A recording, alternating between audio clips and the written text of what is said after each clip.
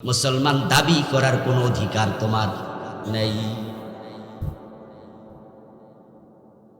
এই জন্য আপনি মুসলমান হতে চান, মুসলমান থাকতে চান, আপনাকে কোরআনের মৌলিক এলেম শিক্ষা করতে হবে। আচ্ছা, আপনি আপনার ছেলেরে বললেন, আর যারা এখানে ছেলে আছেন তাকে আপনার বাবা বলল, কি বলল? বাজান একটু ফিরিজপুর বাজার যাতো, আমার জন্য একটু ওষুধ নিয়ে আয়। আপনি আপনার ছেলেকে বললেন, ছেলে বাবা ছেলেকে বলল, বলার সাথে সাথে ছেলে সে চেয়ারের মাঝে বসে বসে মোবাইল টিপতেছিল, কম্পিউটারে বসে বসে কিছু করতেছিল, অথবা সে নিজের কাজে ব্যস্ত। আপনি বললেন, বাজান একটু ফিরিজপুর বাজার থেকে একটু ওষুধ নিয়ে আব্বুর জন্য যা, মাথা ব্যথা করতেছে, একটু প্যারাসিটামল ট্যাবলেট আন। বলার সাথে সাথে ছেলে দাঁড়াইয়া গেছে, তারপরে আপনার কাছে টাকা লইছে, অথবা পকেট থেকে টাকা লইয়া হাঁটা শুরু করছে। এই কথা যে ছেলে শুনেছে তার উপরে আপনি বেজার না খুশি? চুপ করে আছেন কেন বলেন? আল্লাহ বলছে ইকরা, পড়ো। আল্লাহর যেই বান্দা এবার কোরআন পড়ার জন্য দাঁড়ায়া যায়, বাড়ি থেকে বের হয়, আল্লাহ এত খুশি হয়, রহমতের ফেরেশতারে কয় তার পায়ের নিচে তুই পাখা বিছায়া দে।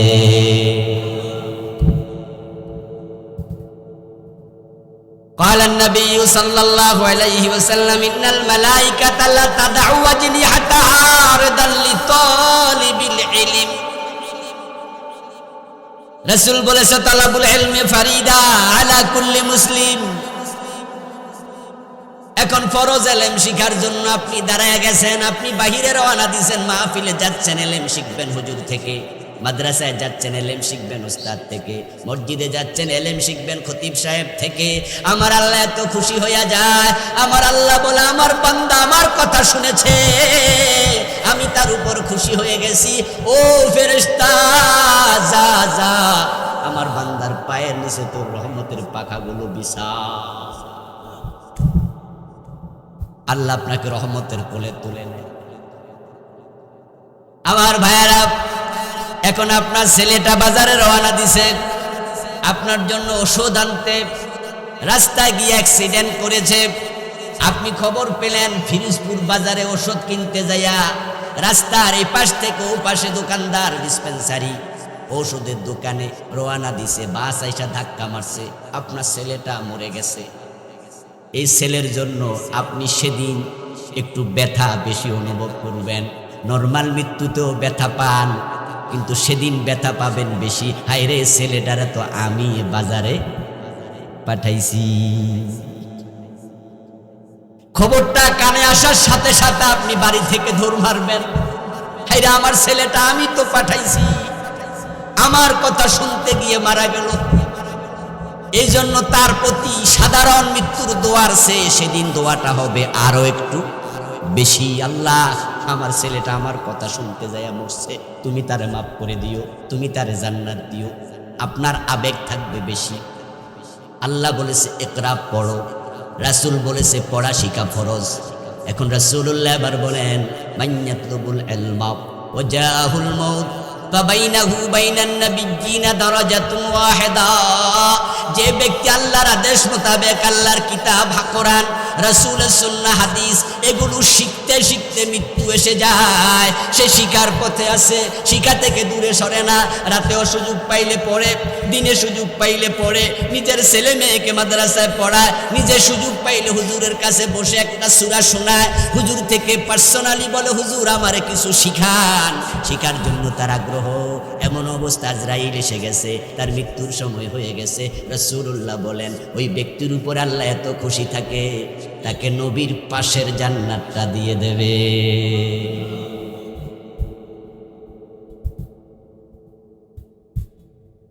ইলম শিক্ষা করা ফরজ করেছে কে? চুপ করে থাকলে চলবে না কিন্তু, না আবার ভুলে গেলে কিন্তু ওয়াজ বন্ধ হয়ে যাবে। ইলম শিক্ষা ফরজ করেছে কে? আল্লাহ। আল্লাহ পাক রব্বুল আলামিন ইলম শিক্ষাকে আমাদের জন্য ফরজ করেছে। আপনি ফরজ মনে করে আপনার কলিজার টুকরা ছেলেটাকে পারলে ডাক্তার বানাইতে পারতেন, ইঞ্জিনিয়ারও বানাইতে পারতেন, ইউনিভার্সিটির প্রফেসরও বানাইতে পারতেন, কিন্তু আপনি ভাবছেন না আমার ছেলে ডাক্তারি বিদ্যার পিছনে যত সময় দেবে পুরা জীবনে আমি চাই তার পুরাটা সময় কোরআন হাদিসের পিছনে দেখ। সে মিজান আজহারির মতো বড় বক্তা হোক, আল্লামা সাইদির মতো বড় হুজুর হোক, আমার ছেলে জাতিকে ওয়াজ শোনাবে, ইসলামের কত নির্দেশ করবে। আমার ছেলেকে আমি কোরআন হাদিসের জন্য ওয়াকফ করে দিলাম। সে কোরআনের বড় আলেম হোক, হাদিসের বিজ্ঞ পণ্ডিত হোক, তার কথায় 10,000, 20,000, 50,000 মানুষ ওয়াজে আসুক, শুনুক, ইসলাম বুঝুক। আমার ছেলেটাকে আমি ওয়াকফ করে দিলাম আল্লাহ তোমার কোরআন শেখার জন্য, শেখানোর জন্য। রাসূলুল্লাহ বলেন, বাবার উপরে আল্লাহ এত খুশি, ওই মায়ের উপরে এত খুশি, ওই ছেলের বাবা মাকে কিয়ামতের দিন আল্লাহ মাথার মাঝে নূরের তাজ দিয়ে দেবে। মান কারাল কোরআন ওয়া আমিলা বিমা ফি উলবিসা ওয়ালিদাহু ইয়াউমাল কিয়ামাতি তাজান আহসানু যুহু আহসানু মিন যুইশ শামস। প্রিয় নবী বলেন যে আল্লাহর বান্দা কোরআন শিখেছে, কোরআন অনুযায়ী আমল করেছে, ওই বান্দার এই কাজের জন্য আল্লাহ তার মা বাবার মাথার মাঝে নূরের তাজ দেবে কিয়ামতের দিন, যে টুপির উজ্জ্বলতা হবে সূর্যের চেয়েও বেশি। এখানে একটা প্রশ্ন আছে, প্রশ্নটা হলো কোরআনটা শিখেছে ছেলে, আমল করেছে ছেলে, তো নূরের তাজ তো সে না পাওয়ার কথা, ওর মা বাবারে আল্লাহ দিব কেন? কাম করলো কেডা, বেতন পাইলো কেডা?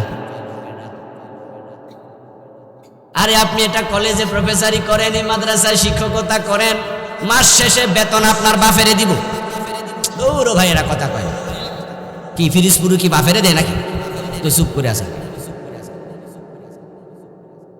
কাজ করছে যে বেতন পাইব, এটাই তো দুনিয়ার নিয়ম।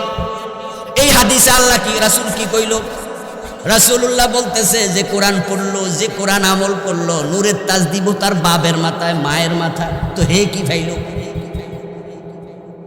আর দুনিয়াতে তো সিস্টেম নাই, চাকরি করছে যে বেতন পাইছে।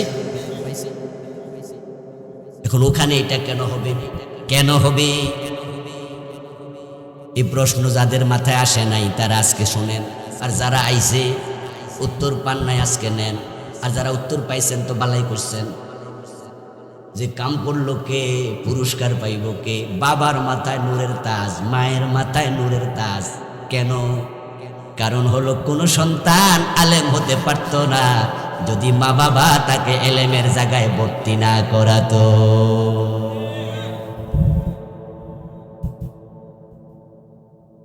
এই যে আমি আবুল কালাম আজাদ আলহামদুলিল্লাহ আপনাদের সামনে বসে 2-4টা কথা বলতেছি, একটা কামেল মাদ্রাসায় পড়াচ্ছি 21 বছরের মতো।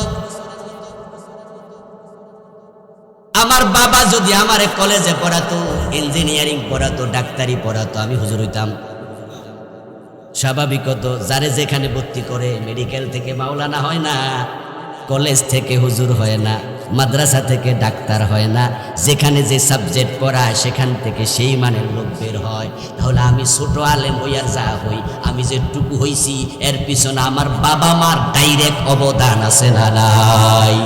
ডাইরেক্ট অবদান থাকার কারণে আল্লাহ প্রথম পুরস্কারটা হাসরের দিন মা বাবারে দেবে। এবার যে সন্তান আমল করছে তার পুরস্কার আরো কম হবে না বেশি হবে? এটা কি কওয়া লাগে? এই জন্য রাসূল আর সেটা বলে নাই যে ছেলেরে কি দেবে। ও প্রিয় ভাই, এই জন্য আপনারা যদি কিয়ামতের দিন সম্মানওয়ালা হতে চান, এমন একটা সন্তান আলেম, এমন একটা সন্তান বানানো দরকার আছে না নাই? তাই মাদ্রাসায় সন্তান দেবেন, এটা আপনার সৌভাগ্য, এটা আপনার সৌভাগ্য। এই দুনিয়াতে মা বাবার মতো সন্তানের জন্য হিতাকাঙ্ক্ষী মানুষ আর কেউ নাই। কোন বাবা চায় না তার সন্তান তার চেয়ে ছোট হোক, বরং সব বাবা দোয়া করে আমার সন্তান যেন ইজ্জত সম্মানে সব দিক থেকে আমার চেয়ে আরো বড় হয়। এজন্য মূর্খ বাবাও চায় তার সন্তান বড় শিক্ষিত হোক, চায় না? রিক্সা চালাইয়া বাবা ছেলেরে পড়ায় স্কুলে, কলেজে, ইউনিভার্সিটি, মাদ্রাসা। মূর্খ সেও চায় আমার ছেলে আরো বড় হোক। পীর সাহেব হুজুরের কাছে মুরিদ গেছে দোয়ার জন্য, হুজুর আমারে দোয়া করে আল্লাহ যেন আমারে অনেক বড় বানায়। পীর সাহেব মনে মনে কয়, তুই যদি আমার চেয়ে বড় হস তাহলে আমার ফিরালি বেশি দিন। কারণ পীর মুরিদ যদি এক মজলিসে একত্রিত হয়, রওনা দিছে 50 জন মুরিদ, একজন পীর, সামনে পড়ছে একটা খাল, যেই খালের উপরে একটা সুন্দর ব্রিজ ছিল। ধরেন আমাদের পদ্মা সেতু, একটা নদী। এখন হঠাৎ করে দেখে খালের ব্রিজটা ভেঙে গেছে। রাত বাজে তখন 12টা। 50 জন মুরিদ নিয়ে পীর সাহেব আসতেছে। এখন খালের কাছে আইসা দেখে খাল না, খালের ব্রিজ নাই, ভেঙে পড়ে গেছে। এখন এই রাতে পার হবে কেমনে? পীর সাহেব খাড়াইয়া মুরিদদেরকে কয়, কি করতাম, ব্রিজ যে ভেঙে গেছে জানতাম তো না, এখন তো এই রাতে নৌকা পাওয়া জটিল। এক মুরিদ কয়, হুজুর এত চিন্তা কি, বিসমিল্লাহ পড়েন, চোখ বন্ধ করেন, পানির উপরে হাইটা ওই পাশে চলে যায়। এটা বলে মুরিদ বিসমিল্লাহ বলে পা দিল, চোখ বন্ধ করলো, হাঁটতে হাঁটতে পানির উপর দিয়া খালের ওই পারে চলে গেল। উনি মনে মনে ভাবতেছে, উনার সাথে তো সবাই যাচ্ছে, কিন্তু ওই পারে গিয়া চোখ খুইলা দেখে উনি একাই আইছে। আর পীর সাহেব বাকি 49 জন মুরিদ ওই পারে খাড়াই রয়েছে। তুমি চোখ খুইলা কয়, আইয়েন। হেরা কয়, বিসমিল্লাহ তো পরে পা দিছিলাম, ডুইবা যাই, জামু কেমনে? তোমার কথা শুই না তো বিসমিল্লাহ কইছিলাম, পাও বাড়াইছিলাম, কিন্তু ডুইবা তো যাই। উনি কয়, আশ্চর্য হুজুর, আপনি না ওয়াজ করছিলেন ইন্নামাল আমালু বিন্নিয়াত, নিয়তের উপরে আমল নির্ভর করে। ওয়াজ শুনে তো আমি বিসমিল্লাহ কইয়া পা দিছি। এখন আমি যে চলে আইছি, পীর সাহেব হুজুর আমনে ধরা খাইছেন কারণ কি? হুজুর কয়, ওয়াজ কি আর নিজের জন্য করছি?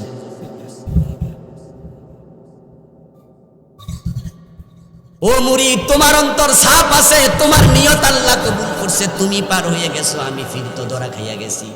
এবার আপনারা বলুন তো, যে 49 জন মুরিদ নদীর এই পারে দাঁড়ায় আছে, এরা এখন আসল ফির কারে মনে করবে?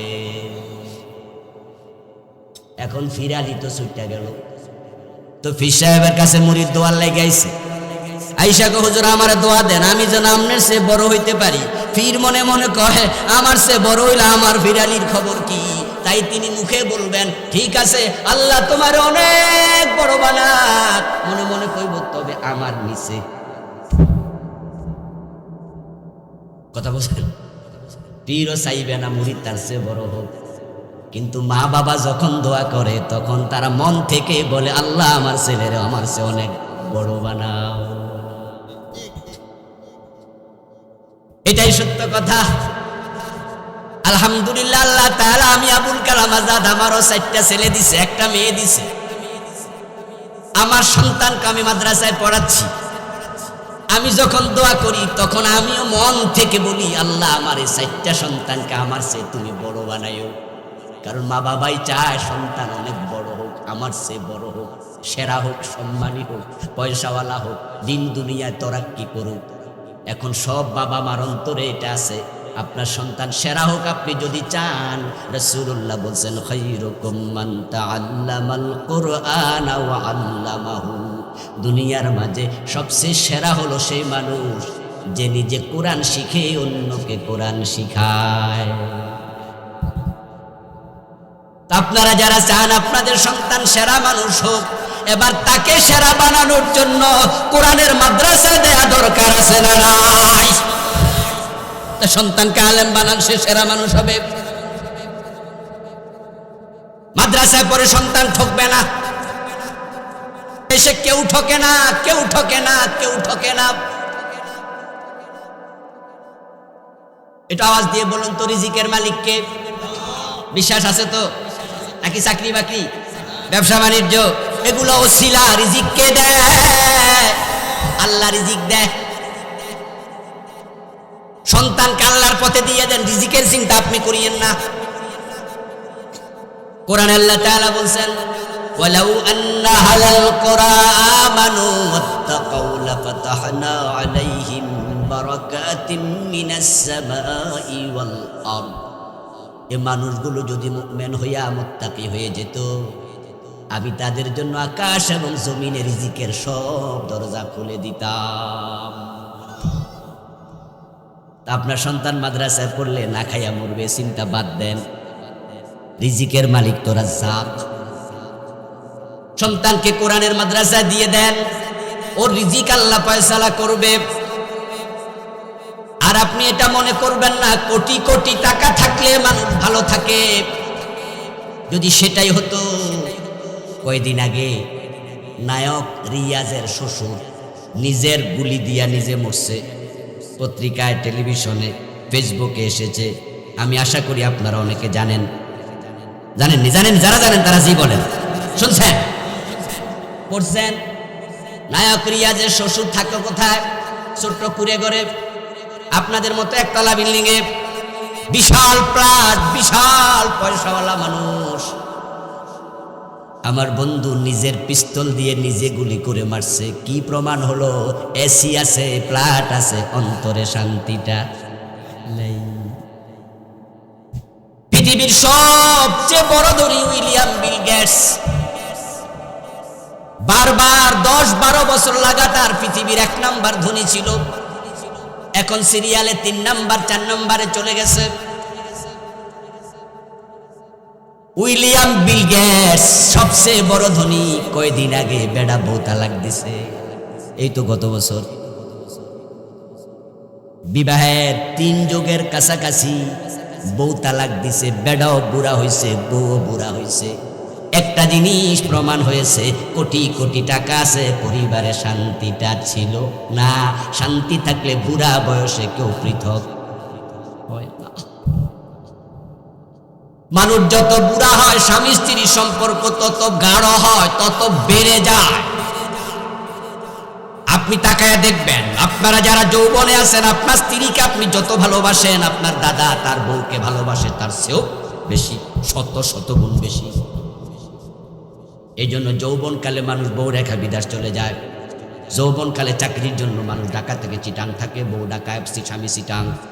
কিন্তু বুড়াকালে দেখবেন দাদা মিয়া বউ রাইখা দূরে বেড়াইতে গেলে এক রাইতো থাকে না, সাথে এ বুড়িরে লইয়া যায়।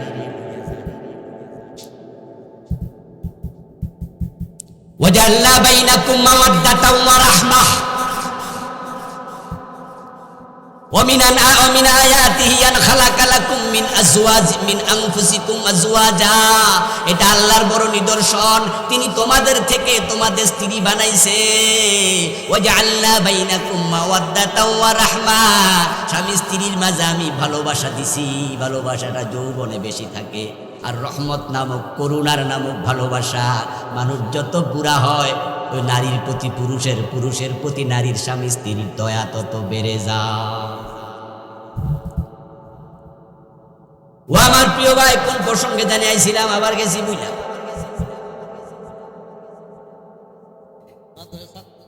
বিল গেটসের কথা থেকে। বিল গেটস বুড়া হয়েছে নাকি? বুড়া হয়েছে না? বয়স কিন্তু 60-এর বেশি।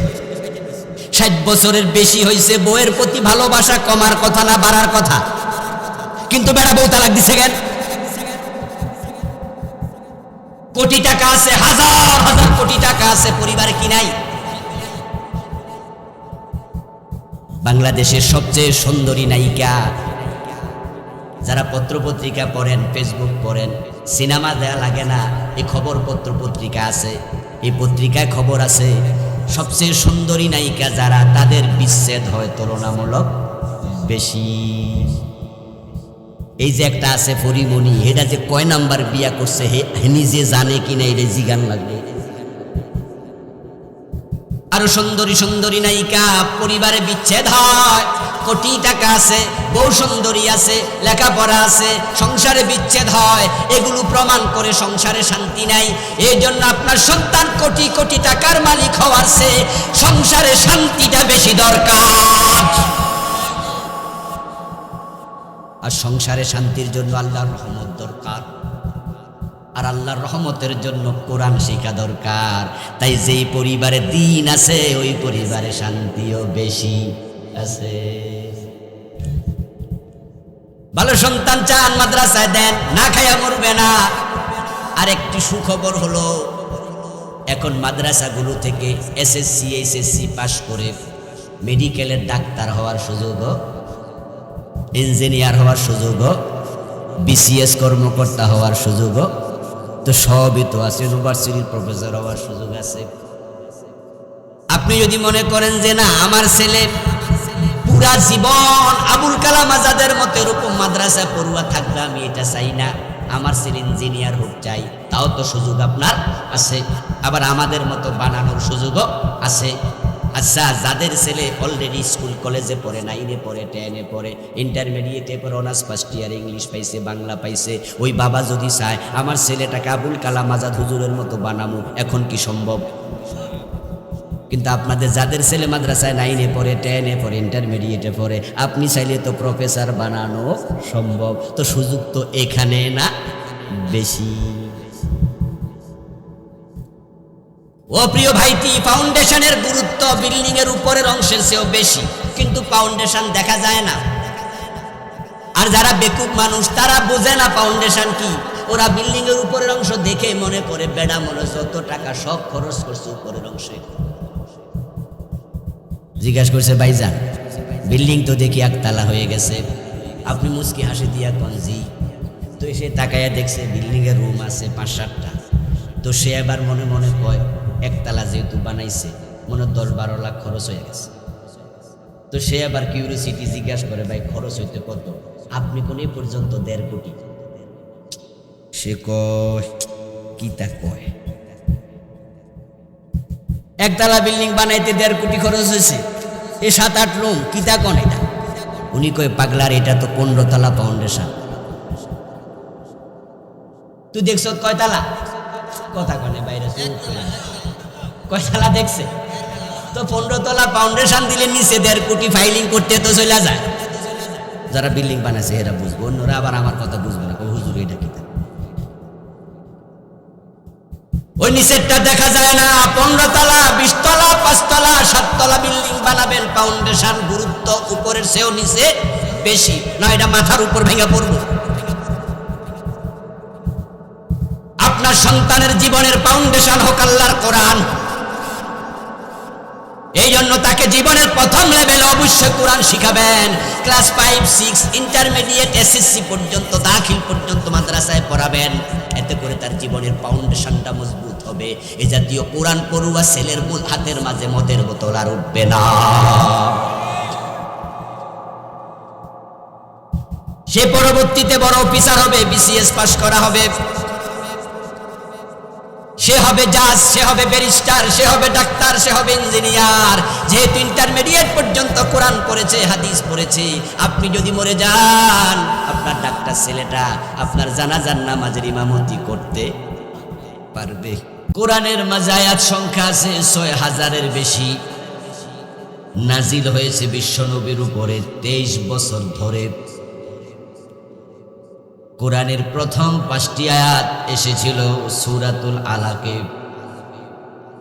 ওই 5টি আয়াতের মাঝে 1 নাম্বার আয়াত হলো ইকরা বিসমি রাব্বিকাল্লাযী খালাক।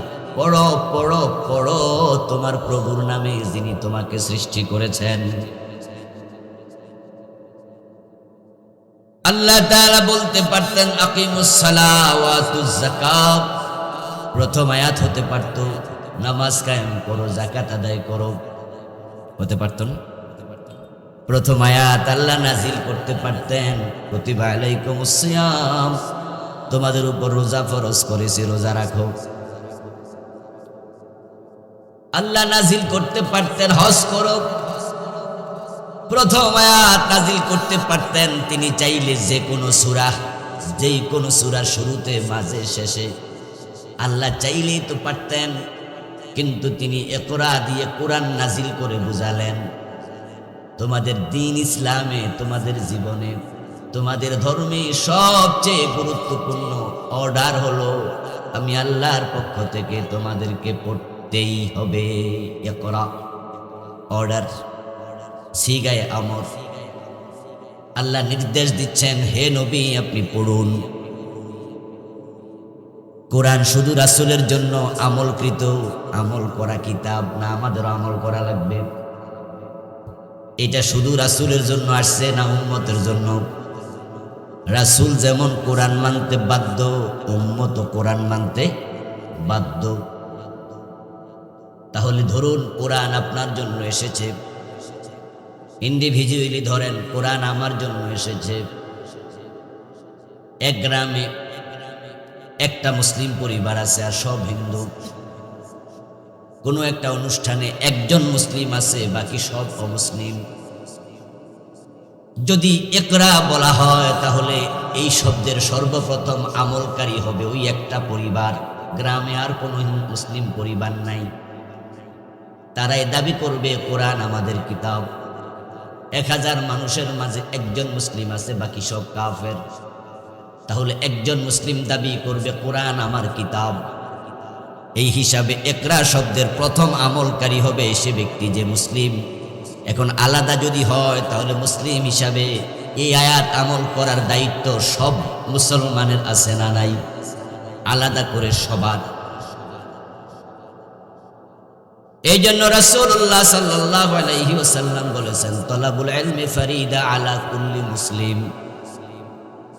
কোরআন হাদিসের মৌলিক এলেম অর্জন করা সব মুসলমানের জন্য ফরজ, আবশ্যক। বাবা শিখবে, ছেলে শিখবে না, কাম হবে না। ছেলেকেও শিখতে হবে। ছেলে শিখবে, মেয়ে শিখবে না, হবে না। মেয়েকেও শিখতে হবে। মা শিখবে, বাবা শিখবে না, চলবে না। বাবাকেও শিখতে হবে। এর মানে মুসলিম যে দাবি করবে তাকে কোরআন হাদিসের মৌলিক এলেমটা শিখতেই হবে। রাসূলুল্লাহ সাল্লাল্লাহু আলাইহি ওয়াসাল্লামকে আল্লাহ বলেছেন পড়ো। আল্লাহ পাক রব্বুল আলামিন হলেন রাসূলের শিক্ষক। দুনিয়ার কোন মানুষের কাছে রাসূল লেখাপড়া শিখেন নাই। এখন রাসূলুল্লাহ এবার উম্মতকে বলতেছে, বুইস্তু মুআল্লিমান, আমারে শিখায়া আল্লাহ তোমাদের শিক্ষক বানায়া পাঠাইছে। সুবহানাল্লাহ, আমি শিক্ষক হিসাবে প্রেরিত হয়েছি। এখন আমরা হলাম রাসূলুল্লাহর ছাত্র। এটা আমাদের সৌভাগ্য যে আমরা উনার কাছ থেকে শিখেছি, উনাকে আমরা অনুসরণ করছি। উনি যেভাবে বলেছেন আমরা সেভাবে জীবন পরিচালনা করতে আমরা সিদ্ধান্ত নিয়েছি এবং সেভাবে আমরা চলছি। মসজিদে আমরা কোন পা দিয়ে ঢুকি? কথা বলুন। বের হই কোন পা দিয়ে? কারণ আমার বাবা এই কাজ করছে সেজন্য, ঠিক না? আমার দাদা করছে তাই, নাকি রাসূল করেছেন? তাহলে আমরা একজনকে শিক্ষক হিসাবে, আদর্শ হিসাবে মানি, তিনি হলেন মুহাম্মাদুর রাসূলুল্লাহ সাল্লাল্লাহু। তো আল্লাহ বললেন ইকরা, পড়ো। রাসূলুল্লাহ সাল্লাল্লাহু আলাইহি ওয়াসাল্লাম বললেন ব্যাখ্যা করে, পড়াটা তোমাদের জন্য ফরজ। এখন পড়ার জন্য শিক্ষক লাগবে, যে পড়বে সে ছাত্র হবে। এবং পড়ার জন্য এই জাতীয় একাডেমিক প্রতিষ্ঠান করাও দরকার আছে না নাই? রাসূলুল্লাহ সাল্লাল্লাহু আলাইহি ওয়াসাল্লাম ছিলেন শিক্ষক, সাহাবারা ছিলেন ডিরেক্ট ছাত্র, আমরা ইনডিরেক্টলি ছাত্র। সাহাবায়ে কেরামকে তিনি মসজিদে নববীতে বসে পড়াতেন, শেখাতেন। এরকম মজলিসে বসে রাসূল আলোচনা করতেন, জুমার দিন খুতবা দিতেন। সময় সুযোগ পেলে তিনি দাঁড়ায়া যেতেন, সাহাবীদের সম্মুখে বক্তৃতা দিতেন। আল্লাহর হাবিব খোলা ময়দানে বসে, মাঠে বসে, গাছতলায় বসে সাহাবীদেরকে পড়িয়েছেন। এবং দারে আরকাম নামক একটা ঘর ছিল এক ব্যক্তির, আরকাম একজন ব্যক্তির নাম। ওনার ঘরে রাসূলুল্লাহ সাল্লাল্লাহু আলাইহি ওয়াসাল্লাম প্রায় তিনি ইলমের বিভিন্ন মজলিস বসাতেন। সাহাবারা সেখানে জড়িত হতেন, একত্রিত হতেন, জড়ো হয়ে রাসূলের কাছে তারা শিখতেন। জোয়েল ভাই চমৎকার বলেছেন, এই যে প্রতিষ্ঠান মাদ্রাসা, এটার প্রথম প্রতিষ্ঠাতাই হলেন মুহাম্মাদুর রাসূলুল্লাহ। তো আজকে আমাদের আমিনুল ভাই রাসূলের একটি সুন্নাহ তিনি বাস্তবায়ন করছেন প্রতিষ্ঠান বানিয়ে। আর আমরা এটাকে সহযোগিতা করছি কথা দিয়ে, কর্ম দিয়ে, অন্য অন্য মাধ্যমে যার যতটুকু সম্ভব। এই এলেম যদি বেঁচে না থাকে, মানুষের মাঝে আর পশুর মাঝে কোনো পার্থক্য থাকবে না।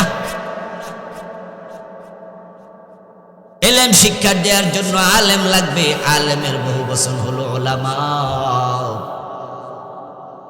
একজন পণ্ডিত বলেছিলেন, লাউলাল উলামা লাসারান নাসুল বাহাইমা। যদি শিক্ষকগণ না থাকেন, আলেমগণ না থাকেন, তাহলে মানুষগুলো একবারে সবাই মিলে পশুতে পরিণত হয়ে যাবে। বাতাস তো লাগতেছে না। লাউলাল উলামা লাসারান নাসুল বাহাইম। আলেমরা যদি না থাকতো, মানুষগুলো পশু হয়ে যেত। আমার বন্ধু, মানুষের মাঝে আর পশুর মাঝে মৌলিক পার্থক্য মাত্র একটা পার্থক্য মৌলিক, আর তেমন পার্থক্য নাই। পশু ক্ষুধা লাগলে খায়, মানুষও খায়। আমার বরাবর দিন যেন গায়ে লাগে, প্রয়োজন একটা চেয়ার সামনে আগাইয়া দেন, যেমনি দিলে হয় আর কি, আমি কইলে কেমন হবে। মানুষ ঘুমায়, পশুও ঘুমায়। মানুষ খায়, পশুতেও খায়। মানুষ সন্তান জন্ম দেয়, পশুও সন্তান জন্ম দেয়। মানুষ তার জীবিকার তাগিদে পরিশ্রম করে, পশু পাখি পরিশ্রম করে না। কথা বলেন। বরং পিঁপড়ার দিকে তাকাইয়া দেখেন, সামান্য খাবার সংগ্রহের জন্য পিঁপড়াও কত পরিশ্রম করছে। আপনি সামান্য ঘুষ, সামান্য চিনি যদি মাটির মাঝে রেখে দেন, আপনার ঘরের কোনায় রেখে দেন, সকালবেলায় উঠে দেখবেন পিপীলিকা দল বেঁধে, ওই পিঁপড়াগুলো দল বেঁধে সেই চিনিগুলা কেমনে মুখে লইয়া লইয়া বাসার দিকে যাচ্ছে। দেখবেন যে পিপীলিকার মুখের মাঝে গুড়, পিঁপড়া ওই মুড়ি রাখবেন, মুড়ি কামড়াইয়া কামড়াইয়া কাঁধে লইয়া লইয়া দেখবেন পিঁপড়া বাড়ি বাড়ি যাচ্ছে, বাসার মাঝে রেখে জমা করবে, পরে খাবে। পরিশ্রম করছে মৌমাছি, কত বেশি পরিশ্রম করছে। এত পরিশ্রম মানুষেও করে না। ছোটকালে কবিতা পড়েছিলেন, মৌমাছি মৌমাছি কোথা যাও, নাসি নাসি দাঁড়াও না একবার ভাই। মৌমাছি জবাব দেয়, ওই ফুল ফোটে বনে, যাই মধু আহরণে, দাঁড়াবার সময় তো নাই। পরিশ্রম কাকে বলে? মৌমাছি পরিশ্রম করছে, পশু পাখি পরিশ্রম করছে একটু খাদ্যের যোগানের জন্য। একটা বাঘ একটা হরিণের পিছনে কিভাবে তাড়া করছে, দৌড়াচ্ছে। হরিণের দৌড়ের গতি যদি 60 কিলোমিটার হয়, বাঘটাও কিন্তু 60 কিলোমিটার গতিতে দৌড়াতে প্রাণপণ চেষ্টা করে তাকে ধরতে চায়। কম দৌড়াইলে তো আর ধরতে পারবে না। তাই গতি যদি 60 কিলোমিটার নাও থাকে, চেষ্টাটা 60 কিলোমিটারই করে। সব মানুষের মতোই এখন মানুষের মাঝে আর পশুর মাঝে পার্থক্যটা কই? মানুষের মাঝেও পাশবিকতা আছে, পশুর মাঝেও পাশবিকতা আছে। মানুষের মাঝে ক্ষুধার যন্ত্রণা আছে, পশুর মাঝেও আছে। মানুষের মাঝে হতাশা আছে, পশুর মাঝে হতাশা আছে। মানুষের মাঝে পরিশ্রম করলে দেহের মাঝে ক্লান্তি আসে, পশুরও পরিশ্রম করলে ক্লান্তি আসে। তো সব আপনার সাথে মিলে যাবে। শুধু একটা জায়গায় অমিল, সেটা হলো ভালো মন্দ বোঝার মতো নৈতিকতা পশুর মাঝে নেই। এই জন্য দেখবেন যখন জিওগ্রাফি চ্যানেলে বিভিন্ন জঙ্গলের ছবি দেখায়, জিওগ্রাফি চ্যানেল জঙ্গলে ছোট ছোট ড্রোন পাঠায়া তারপরে জঙ্গলের মাঝখান থেকে ছবি তুলে এনে হেলিকপ্টার দিয়া কাছাকাছি উড়ে উড়ে ছবি তোলে।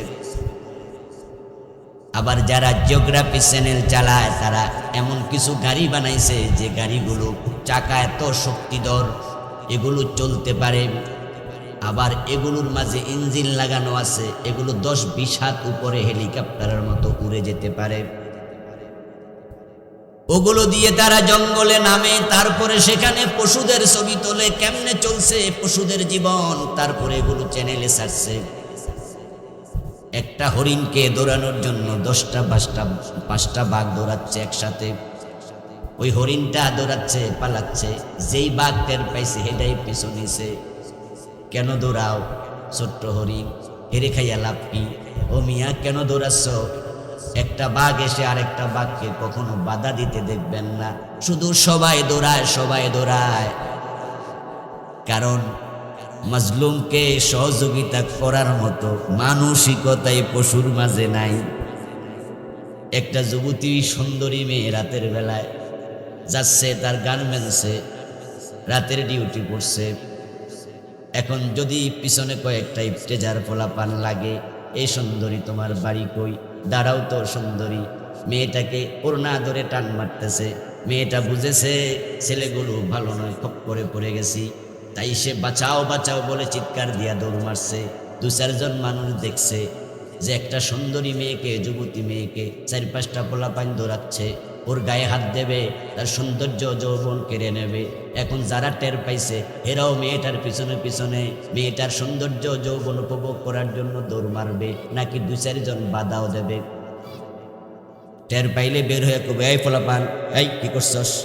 এটার নামে নৈতিকতা, যেটা পশুর মাঝে নেই। পশুর অভ্যাস হলো যদি হরিণকে 3টা বাঘে দৌড়ায়, বাকি 3টা টের পাইলে হে 3টাও দৌড়াইব, 6টা হইল। হরিণ দৌড়াইয়া যাচ্ছে, যদি আরো 4টা বাঘ টের পায় তাহলে আরো 4টা দৌড় মারবে হরিণের পিছে, তাহলে 10টা হইল। এর মানে বাধা দেবে, বাঁচাবে, এ জাতীয় মানসিকতা পশুদের মাঝে আল্লাহ দেয় নাই। নৈতিকতা বলতে কিছু নাই। মানুষের মাঝে আর পশুর মাঝে এটাই পার্থক্য, সে সব জায়গায় পশুর মতো দৌড়াবে না। আপনার পেটে প্রচন্ড ক্ষুধা, পকেটে টাকা নাই, দোকানে দেখলেন যে অনেক রকমের খাবার ঝুলানো আছে, কলা দোকানে কলা আছে, পাউরুটি দোকানে পাউরুটি আছে, মিষ্টি দোকানে মিষ্টি আছে, পকেটে টাকা নাই। দোকানে যাইয়া দেখেন দোকানদারও নাই। চান্স পাইয়া আপনি খাওয়া শুরু করবেন, হালাল না হারাম বাঁচলেন না, চুরি করলেন, ডাকাতি করলেন। গরুর পেটে প্রচন্ড ক্ষুধা, কোনোভাবে রশিটা গেছে ছুটে, ওই গরুটা এখন খাবারের জন্য খেতে গেল, সামনে ক্ষেত আছে, ধান ক্ষেত, ক্ষুধা লাগছে, খাওয়া শুরু করছে। এখন এটা মালিকের ক্ষেত না অন্যের ক্ষেত? এই ধান খাইয়া ফেললে মালিকের ক্ষতি হবে কিনা, অন্যের ক্ষেতে মুখ দিলে মালিক জরিমানা দিতে হবে কিনা, এগুলো নিয়ে গরুর কোনো চিন্তা নাই। ক্ষুধা লাগছে, খাও।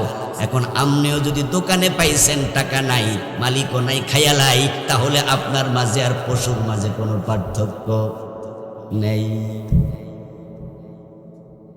কিন্তু আমরা ক্ষুধা লাগলে খাই, নাকি একটু হারাম হালাল চিন্তা করি? কি করেননি? না মাইসেরটা খাইলাম। এই যে চিন্তা করতেছেন, এটার নাম হলো নৈতিকতা। না হয় কিন্তু যদি মিষ্টি দোকানে চুরি করে আপনি মিষ্টি খান, টাকা না দিয়া একটা মিষ্টি আপনার জিহ্বায় লাগাইয়া দেন, চুরি করা মিষ্টি একটু তিতাই লাগে, ঠিক না? কথা কয় না ভাই? চুরি করা মিষ্টি কি তিতা নাকি? কেন তিতা নয়? এটা না হারাম? তিতাই তো লাগার কথা, তিতা কেন লাগে না? এর কারণ হচ্ছে মানুষের যে অবয়ব গঠন, পশুর মাঝে আর মানুষের মাঝে গঠনগত পার্থক্য নাই। তাই জিহ্বা বোঝে না হালাল হারাম কি, জিহ্বা মিডাই লাগে। তা চুরি কইরা খাইলেও মিষ্টি লাগবে। কিন্তু আপনার যদি বিবেক থাকে, ঈমান থাকে, নৈতিকতা থাকে, যতই মিষ্টি হোক, একজন প্রকৃত মুমিনকে চুরি করা মিষ্টি কিলাইলেও খাওয়াইতে পারবে না। এটাই হচ্ছে রুহানিয়াত। এটার নাম কি? কথা কয় না ভাইরা। রুহানিয়াত বলেন কি এটা? রুহানিয়াত। আর আগে যেটা বলেছি এটার নাম জিসমানিয়াত। দৈহিক গঠনগত পশুত্ব, পাশবিকতা সব মাখলুকের ভিতরে আছে, ফেরেশতা ছাড়া। এটা জিনের ভিতরে আছে, মানুষের ভিতরে আছে, অন্য সব গরু ছাগল সব প্রাণীর ভিতরে আছে। এটাকে বলে দেহের চাহিদা। দেহ ভালো মন্দ বুঝে না, তাই ভালো মন্দ বুঝার জন্য জিসমানিয়াতের সাথে আল্লাহ রুহানিয়াত দিছে। আর এই রুহানিয়ত তখন তৈরি হবে যখন মানুষ আল্লাহর কিতাব পড়বে। সুবহানাল্লাহ। এজন্য আল্লাহ প্রথম আদেশ দিয়েছেন ইকরা, পড়ো, না পড়লে তুমি পশুর মতো হয়ে যাবে। যে মানুষগুলার ভিতরে নীতি নৈতিকতা নাই, ও ভাই আমার, একটা হরিণ দেখে একটা বাঘ দৌড় মারলো, তার পিছনে লোক, দ্বিতীয় বাঘটাও দৌড়ালো, তৃতীয় বাঘটাও দৌড়ালো। ঠিক যে সমস্ত অফিসারদের মাঝে নৈতিকতা নাই, আপনি যদি একটা ফাইল নিয়ে এসে অফিসে যান, তাহলে যেই টেবিলে ফাইল রাখবেন ওই টেবিলের অফিসার আপনার পকেটের দিকে তাকাবে, ঘোষ না দিলে সিগনেচার করবে না। এখন এই ফাইলে আপনি ঘোষ দিলেন, পরের ফাইলের অফিসার চোখ কোনা দিয়ে আস্তে করে টেরা চোখে তাকাইয়া কয় সিগনেচার ও বেটাটা দিয়ে চলবে না, আমার সিগনেচারটাও লাগবে। কোন ফাইল মঞ্জুর হতে 5-7 জন অফিসারের সিগনেচারও লাগে। এখন অফিসারগুলো যদি সব হয় ঘোষখোর, ওগুলোর মাঝে আর ওই হরিণ দৌড়ানো বাঘের মাঝে পার্থক্য নাই। যেই অফিসে যেই ফাইলে যাবেন, যেই টেবিলে যাবেন, ওই টেবিলে ও বেটা হরিণ দৌড়ানোর বাঘের মতো আপনার পিছনে দৌড়াতে থাকবে, দেও দেও দেও। ঘোষ খাওয়া হারাম, এই মানসিকতাটাই তাদের আর নেই। ও প্রিয় ভাই, মানুষ যখন পশু হয়ে যায় তখন তারা হয় আরো জঘন্য। এজন্য দেখবেন যখন মানুষ শরীয়তের সীমা লঙ্ঘন করে, কিলাকিলি, মারামারি, ঝগড়া হয়, বিভিন্ন যে চাঁদাবাজি নিয়ে ঝগড়া হয়, আঞ্চলিক ঝগড়া, কুকুরে কুকুরেও আঞ্চলিক ঝগড়া হয়। মানুষের মাঝে আর পশুর মাঝে পার্থক্য নাই। এটা আমি শুরুতে বলেছি। পার্থক্য মাত্র কয়টা? কথা কন না, ভালো লাগতেছে না তো, না বুঝলে যা কন, 3-4টা কইলাম দরকার হলে, না কমপক্ষে একটা তো কম। পার্থক্য মৌলিক কয়টা? একটা পার্থক্য। এই যে আপনারা কথা না কথা ভাঙ্গা পড়ে গেছেন, কি করতেছি এটাই ভুলে গেছি। পার্থক্য একটা।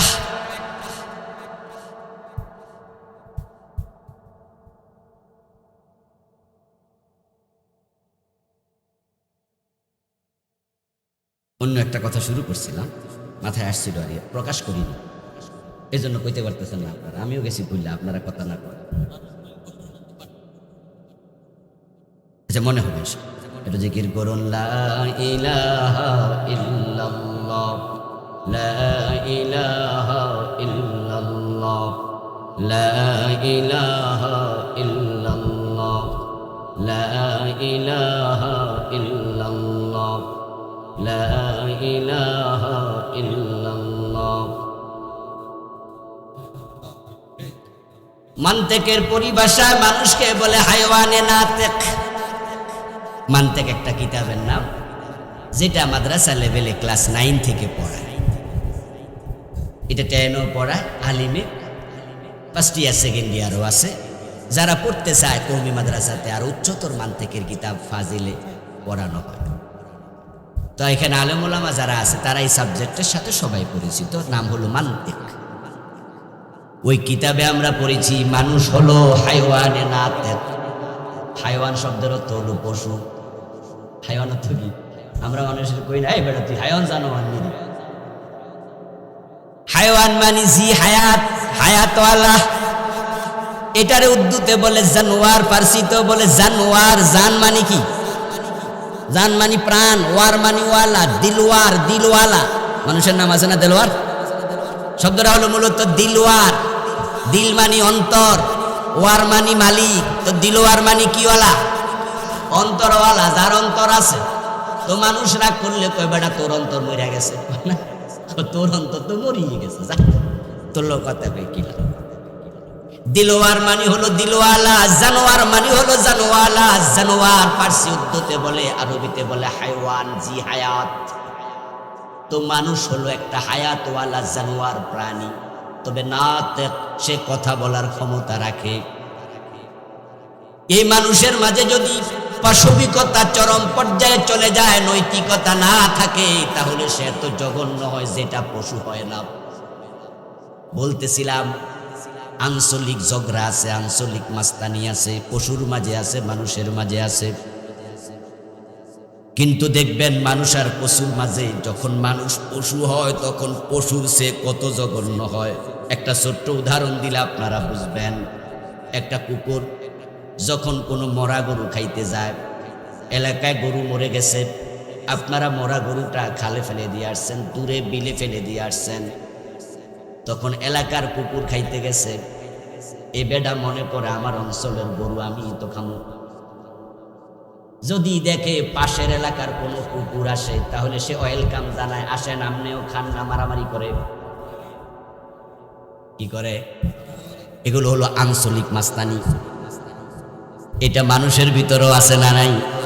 কারণ বাজারে পিসি হান্নান, আবার সায়েদাবাদে টোকাই সেলিম, মহাখালীতে ল্যাংরা লুলা কামাল, এক এলাকায় এক একজন মাস্তান।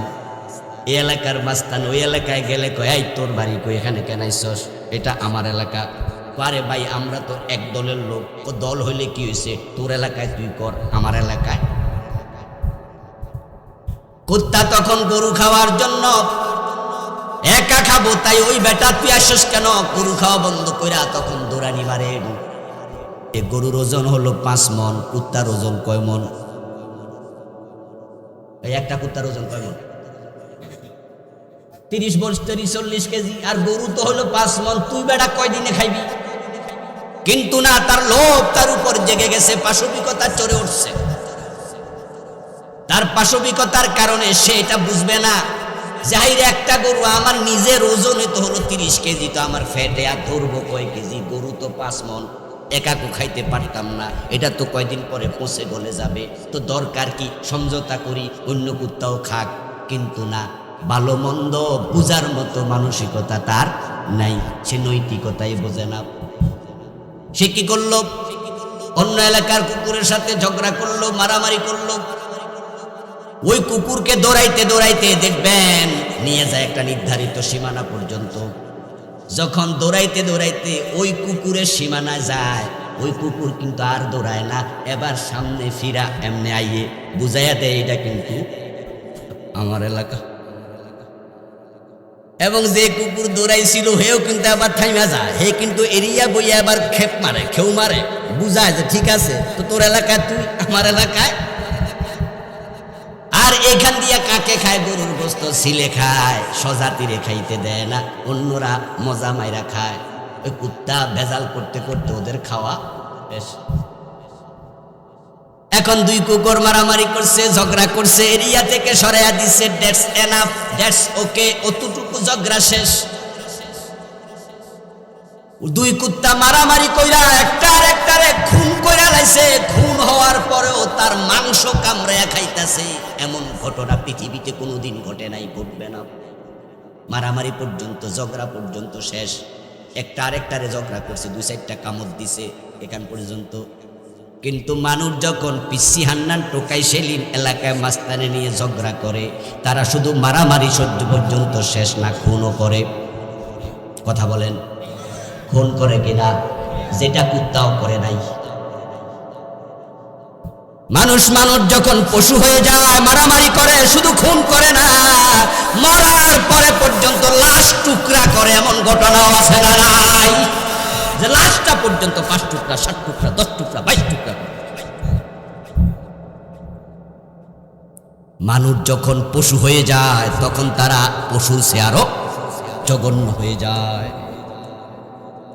এই জন্য মানুষকে আল্লাহ 1 নম্বরে বলছে পড়ো, না পড়লে বড় বিপদ, তুমি পশু হয়ে যাবে। আমার বন্ধু, কুকুরকে সামনে পাইলে, শুকরকে সামনে পাইলে, যৌবনে পদার্পণ করা শুকর, যৌবনে পদার্পণ করা কুকুর, ওই যুবক যুবতী কুকুর পাশবিকতায় লিপ্ত হয়, তারা একে অপরের উপরে চড়াও হয়। তখন তারা কি করে? যেটা আমাদের দেশে আমরা বলি নারী পুরুষের মিলন, তারাও করে। একটা কুকুর আর একটারে বিয়ে শাদী দরকার নাই, এরা বিয়ে বোঝে না, শুকরের সাথে মিলিত হয়, গরু গাভীর সাথে মিলিত হয়, বিয়ে বুঝে না। কিন্তু মানুষ যখন পশু হয়ে যায়, শুধু তারা মিলিত হওয়া পর্যন্ত শেষ থাকে না, বান্ধবীকে ব্যভিচার করে ধর্ষণ করে তারপরে অ্যাসিড ঢেলে আগুন লাগাইয়া পোড়াই দিছে, এমন ঘটনাও ঘটে, যেটা পশুদের মাঝেও হয় না। ও বন্ধু, জাহিলিয়াতের যুগেও জাহেল ছিল। জাহেলরা এমন বাবার সামনে মেয়েকে ধর্ষণ করেছে, ওদের মাঝে পশুর মাঝে কোনো পার্থক্য ছিল না। কিন্তু পশুরা ধর্ষণ জেনা মিলন পর্যন্ত শেষ, খুন খারাপিতে যায় না। মানুষেরা নিজের আপন বান্ধবীকে তার ধর্ষণের আলামত লুকানোর জন্য খুন পর্যন্ত করে। শুধু চুরি ডাকাতি পর্যন্ত করে না। ডাকাত যদি আপনার সম্পদ নেয়ার পরে রাস্তায় দাঁড়ায় ডাকাতি করছে, আপনাদের এই এলাকা ফিরিজপুরে ৩-৪টা ছেলে কুলিয়াছড়ে ডাকাতি করছে, রাতের ৩টা বাজে গাড়ি থামাইছে, আপনার সিএনজি আপনার প্রাইভেট কার আটকায়া ডাকাতি করছে। আর ডাকাতি করাতে আপনি চিনে ফেলছেন। আপনি বলেন, কিরে কামাল নিরে, তুই এ কাম করস কবে থেকে? এবার কামাল মনে মনে ভাববে, কালকে সকালে তো বেটা আমারে ধরাইয়া দেবে। তাই শুধুমাত্র আপনার মানি ব্যাগের টাকা নিয়ে, হাতের মোবাইল নিয়ে কামাল থেমে যাবে না, আপনাকে খুন করার সম্ভাবনা আছে না নাই? তাই ডাকাত চিনলে কখনো পরিচয় দিতে নাই। ও বন্ধু, মানুষ এত জঘন্য এক প্রাণীর নাম, যখন তার মাঝে নৈতিকতা থাকে না, তখন সে পশুর সে খারাপ হয়ে যাবে। তার মতো খারাপ আর কেউ হবে না। এজন্য মানুষের জন্য আল্লাহ কোরআন পাঠাইছে। এই কোরআন গরু ছাগলের জন্য আল্লাহ পাঠায় নাই, অন্য মাখলুকের জন্য পাঠায় নাই। এখন এই কোরআনটা যদি আপনি না পড়েন, আপনি না শিখেন, আপনি পশু হয়ে যাবেন। তাই তো বলেছি শুরুতে একটা প্রবাদ, একজন আলেমের বক্তব্য, লাউলাল উলামা লাসারান নাসুল বাহাইমা। যদি আলেম উলামারা না থাকতো, মানুষ পশু হয়ে যেত। আপনি আওয়াজ করে বলুন তো, পশুর যখন খাবারের প্রয়োজন হয়, সে খাবার শুরু করে। কোনো গরু কোনোদিন বিসমিল্লাহ কইয়া খাইছে শুনছেন নাকি? খাওয়ার পরে কোনো গরু আলহামদুলিল্লাহ কইছে শুনছেন? ঘুমানোর সময় কোনো গরু কইছে আল্লাহুম্মা বিসমিকা মুতু আহিয়া? ঘুম থেকে উইঠা পড়ছিনি আলহামদুলিল্লাহিল্লাযী আহিয়ানা বাদামা আমাতানা ওয়া ইলাইহিন নুশুর? পড়ে নাই। তো আপনিও পড়েন না। তো পশুর ঘুমের মাঝে, পশুর খাওয়ার মাঝে, আপনার খাওয়ার মাঝে কোনো পার্থক্য রইল না। এখন এবার দয়া করে একটু বলুন তো, এই যে দোয়াগুলো আমি পড়লাম, প্রতিটা কাজে আলাদা আলাদা দোয়া আছে না নাই? আরে নিজের স্ত্রীর বিছানায় স্বামী যাবে, তখনও দোয়া আছে না নাই? বিসমিল্লাহি আল্লাহুম্মা জান্নিবনা শাইতান ওয়া জান্নিবিশ শাইতানা মিম্মা রাযাকতানা। আচ্ছা এবার বলুন তো, এই যে ভিন্ন ভিন্ন দোয়া আছে, এগুলো শিখানোর জন্য ওস্তাদ দরকার আছে কিনা? আলেম দরকার আছে। আলেম না থাকলে আপনি পশু হয়ে যাবেন। এই জন্যই তো মাদ্রাসা দরকার। এবং যারা আল্লাহর কথা মানে, আল্লাহ বলছে পড়ো, এবার আপনি পড়ার জন্য প্রস্তুত, আপনি মুমিন। আপনি বললেন কোরআন তো আমার কিতাব, আমি না পড়লে পড়বে কে? কোন হিন্দু কি কোরআন পড়ে? কোরআনের মাদ্রাসা বানায়? কোন বৌদ্ধ কি হাদিস পড়ে? হাদিসের মাদ্রাসা বানায়? যদি তারা কখনো কোনো কারণে পড়ে, এটা ব্যক্তিগত উদ্যোগ, এটা তাদের সমষ্টিগত জাতিগত উদ্যোগ। গিরিশচন্দ্র সেন পড়েছে, এটা তার ব্যক্তিগত উদ্যোগ, ভিন্ন জিনিস। হিন্দু কোরআন পড়ে না, বৌদ্ধ কোরআন পড়ে না, ইহুদি কোরআন পড়ে না, খ্রিস্টান হাদিস পড়ে না। এখন আপনি কি? আমি মুসলমান, আপনি কোরআন পড়েছেন, হাদিস পড়েছেন না। তো হিন্দু বৌদ্ধ ইহুদির মাঝে আপনার পার্থক্য কি? মুসলমান দাবি করার কোনো অধিকার তোমার নেই। এই জন্য আপনি মুসলমান হতে চান, মুসলমান থাকতে চান, আপনাকে কোরআনের মৌলিক ইলম শিক্ষা করতে হবে। আচ্ছা, আপনি আপনার ছেলেরে বললেন, আর যারা এখানে ছেলে আছেন তাকে আপনার বাবা বলল, কি বলল? বাজান একটু ফিরিজপুর বাজার যাতো, আমার জন্য একটু ওষুধ নিয়ে আয়। আপনি আপনার ছেলেকে বললেন, ছেলে বাবাকে, বাবা ছেলেকে বলল। বলার সাথে সাথে ছেলে সে চেয়ারের মাঝে বসে বসে মোবাইল টিপতেছিল, কম্পিউটারে বসে বসে কিছু করতেছিল। অথবা সে নিজের কাজে ব্যস্ত। আপনি বললেন বাজান একটু ফিরিজপুর বাজার থেকে একটু ওষুধ নিয়ে আব্বুর জন্য যা, মাথা ব্যথা করতেছে, একটু প্যারাসিটামল ট্যাবলেট আন। বলার সাথে সাথে ছেলে দাঁড়াইয়া গেছে, তারপরে আপনার কাছে টাকা লইছে অথবা পকেট থেকে টাকা লইয়া হাঁটা শুরু করছে। এই কথা যে ছেলে শুনেছে তার উপর আপনি বেজার না খুশি? চুপ করে আছেন কেন বলেন? আল্লাহ বলছে ইকরা, পড়ো। আল্লাহর যেই বান্দা এবার কোরআন পড়ার জন্য দাঁড়ায়া যায়, বাড়ি থেকে বের হয়, আল্লাহ এত খুশি হয়, রহমতের ফেরেশতারে কয় তার পায়ের নিচে তুই পাখা বিছায়া দে।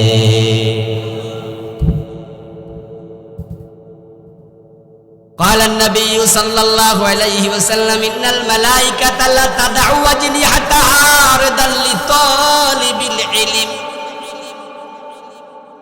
রাসূল বলেছে তালাবুল ইলমি ফারিদা আলা কুল্লি মুসলিম। এখন ফরজ ইলম শিখার জন্য আপনি দাঁড়ায়া গেছেন, আপনি বাহিরে রওনা দিয়েছেন, মাহফিলে যাচ্ছেন ইলম শিখবেন হুজুর থেকে, মাদ্রাসায় যাচ্ছেন ইলম শিখবেন উস্তাদ থেকে, মসজিদে যাচ্ছেন ইলম শিখবেন খতিব সাহেব থেকে। আমার আল্লাহ এত খুশি হইয়া যায়, আমার আল্লাহ বলে আমার বান্দা আমার কথা শুনেছে, আমি তার উপর খুশি হয়ে গেছি। ও ফেরেশতা যা যা, আমার বান্দার পায়ের নিচে তোর রহমতের পাখাগুলো বিছা। আল্লাহ আপনাকে রহমতের কোলে তুলে নেয়। আমার ভাইয়েরা, এখন আপনার ছেলেটা বাজারে রওনা দিছে আপনার জন্য ওষুধ আনতে, রাস্তায় গিয়ে অ্যাক্সিডেন্ট করেছে। আপনি খবর পেলেন, ফিরোজপুর বাজারে ওষুধ কিনতে যাইয়া রাস্তার এই পাশ থেকে ও পাশে দোকানদার ডিসপেন্সারি ওষুধের দোকানে রওনা দিছে, বাস আইসা ধাক্কা মারছে, আপনার ছেলেটা মরে গেছে। এই ছেলের জন্য আপনি সেদিন একটু ব্যথা বেশি অনুভব করবেন। নর্মাল মৃত্যুতেও ব্যথা পান, কিন্তু সেদিন ব্যথা পাবেন বেশি। হায় রে, ছেলেটারে তো আমি বাজারে পাঠাইছি। খবরটা কানে আসার সাথে সাথে আপনি বাড়ি থেকে দৌড় মারবেন, হায় রে আমার ছেলেটা আমি তো পাঠাইছি, আমার কথা শুনতে গিয়ে মারা গেল। এই জন্য তার প্রতি সাধারণ মৃত্যুর দোয়ার চেয়ে সেদিন দোয়াটা হবে আরো একটু বেশি। আল্লাহ, আমার ছেলেটা আমার কথা শুনতে যাইয়া মরছে, তুমি তারে মাফ করে দিও, তুমি তারে জান্নাত দিও। আপনার আবেগ থাকবে বেশি। আল্লাহ বলেছে ইকরা, পড়ো। রাসূল বলেছে পড়া শিখা ফরজ। এখন রাসূলুল্লাহ এবার বলেন মাইয়াতলুবুল ইলমা ওয়া জাহুল মাউত ফাবাইনাহু বাইনান নাবিয়্যিনা দারাজাতুন ওয়াহিদা।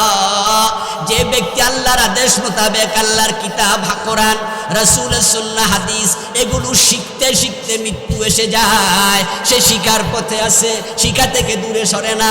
রাতেও সুযোগ পাইলে পড়ে, দিনে সুযোগ পাইলে পড়ে, নিজের ছেলে মেয়েকে মাদ্রাসায় পড়ায়, নিজে সুযোগ পাইলে হুজুরের কাছে বসে একটা সূরা শোনায়, হুজুর থেকে পার্সোনালি বলে হুজুর আমারে কিছু শিখান। শিখার জন্য তার আগ্রহ। এমন অবস্থা আজরাইল এসে গেছে, তার মৃত্যুর সময় হয়ে গেছে। রাসূলুল্লাহ বলেন ওই ব্যক্তির উপর আল্লাহ এত খুশি থাকে, তাকে নবীর পাশের জান্নাতটা দিয়ে দেবে।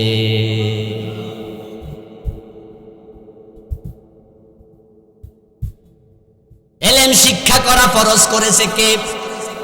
চুপ করে থাকলে চলবে না কিন্তু, না আবার ভুলে গেলে কিন্তু ওয়াজ বন্ধ হয়ে যাবে। ইলম শিক্ষা ফরজ করেছে কে? আল্লাহ। আল্লাহ পাক রব্বুল আলামিন ইলম শিক্ষাকে আমাদের জন্য ফরজ করেছে। আপনি ফরজ মনে করে আপনার কলিজার টুকরা ছেলেটাকে পারলে ডাক্তার বানাইতে পারতেন, ইঞ্জিনিয়ারও বানাইতে পারতেন, ইউনিভার্সিটির প্রফেসরও বানাইতে পারতেন, কিন্তু আপনি ভাবছেন না আমার ছেলে ডাক্তারি বিদ্যার পিছনে যত সময় দেবে পুরা জীবনে, আমি চাই তার পুরাটা সময় কোরআন হাদিসের পিছনে দেখ। সে মিজান আজহারির মতো বড় বক্তা হোক, আল্লামা সাইদির মতো বড় হুজুর হোক, আমার ছেলে জাতিকে ওয়াজ শোনাবে, ইসলামের পথ নির্দেশ করবে। আমার ছেলেকে আমি কোরআন হাদিসের জন্য ওয়াকফ করে দিলাম। সে কোরআনের বড় আলেম হোক, হাদিসের বিজ্ঞ পণ্ডিত হোক, তার কথায় 10,000, 20,000, 50,000 মানুষ ওয়াজে আসুক, শুনুক, ইসলাম বুঝুক। আমার ছেলেটাকে আমি ওয়াকফ করে দিলাম আল্লাহ তোমার কোরআন শেখার জন্য, শেখানোর জন্য। রাসূলুল্লাহ বলেন বাবার উপরে আল্লাহ এত খুশি, ওই মায়ের উপরে এত খুশি, ওই ছেলের বাবা মাকে কিয়ামতের দিন আল্লাহ মাথার মাঝে নূরের তাজ দিয়ে দেবে। মান কারাল কোরআন ওয়া আমিলা বিমা ফি উলবিসা ওয়ালিদাহু ইয়াউমাল কিয়ামাতি তাজান আহসানু যুহু আহসানু মিন যুইশ শামস। প্রিয় নবী বলেন যে আল্লাহর বান্দা কোরআন শিখেছে, কোরআন অনুযায়ী আমল করেছে, ওই বান্দার এই কাজের জন্য আল্লাহ তার মা বাবার মাথার মাঝে নূরের তাজ দেবে কিয়ামতের দিন, যে টুপির উজ্জ্বলতা হবে সূর্যের চেয়েও বেশি। এখানে একটা প্রশ্ন আছে, প্রশ্নটা হলো কোরআনটা শিখেছে ছেলে, আমল করেছে ছেলে, তো নূরের তাজ তো সে না পাওয়ার কথা, ওর মা বাবারে আল্লাহ দিব কেন? কাম করলো কেডা, বেতন পাইলো কেডা? আরে আপনি এটা কলেজে প্রফেসরি করেন, এই মাদ্রাসায় শিক্ষকতা করেন, মাস শেষে বেতন আপনার বাফেরে দিব। দৌড়ো ভাই, এরা কথা কয় কি ফিরিজপুরু কি বাফেরে দেয় নাকি? তো চুপ করে আছে, কাজ করছে যে বেতন পাইব, এটাই তো দুনিয়ার নিয়ম। এই হাদিসে আল্লাহ কি রাসূল কি কইল? রাসূলুল্লাহ বলতেছে যে কোরআন পড়লো, যে কোরআন আমল করলো, নূরের তাজ দিব তার বাবের মাথায়, মায়ের মাথায়। তো হে কি পাইল? আর দুনিয়াতে তো সিস্টেম নাই, চাকরি করছে যে বেতন পাইছে। এখন ওখানে এটা কেন হবে? কেন হবে? এই প্রশ্ন যাদের মাথায় আসে নাই তারা আজকে শোনেন, আর যারা আইছে উত্তর পান নাই আজকে নেন, আর যারা উত্তর পাইছেন তো বালাই করছেন। যে কাম করলো কে, পুরস্কার পাইব কে? বাবার মাথায় নূরের তাজ, মায়ের মাথায় নূরের তাজ। কেন? কারণ হলো কোন সন্তান আলেম হতে পারত না যদি মা বাবা তাকে এলেমের জায়গায় ভর্তি না করাতো।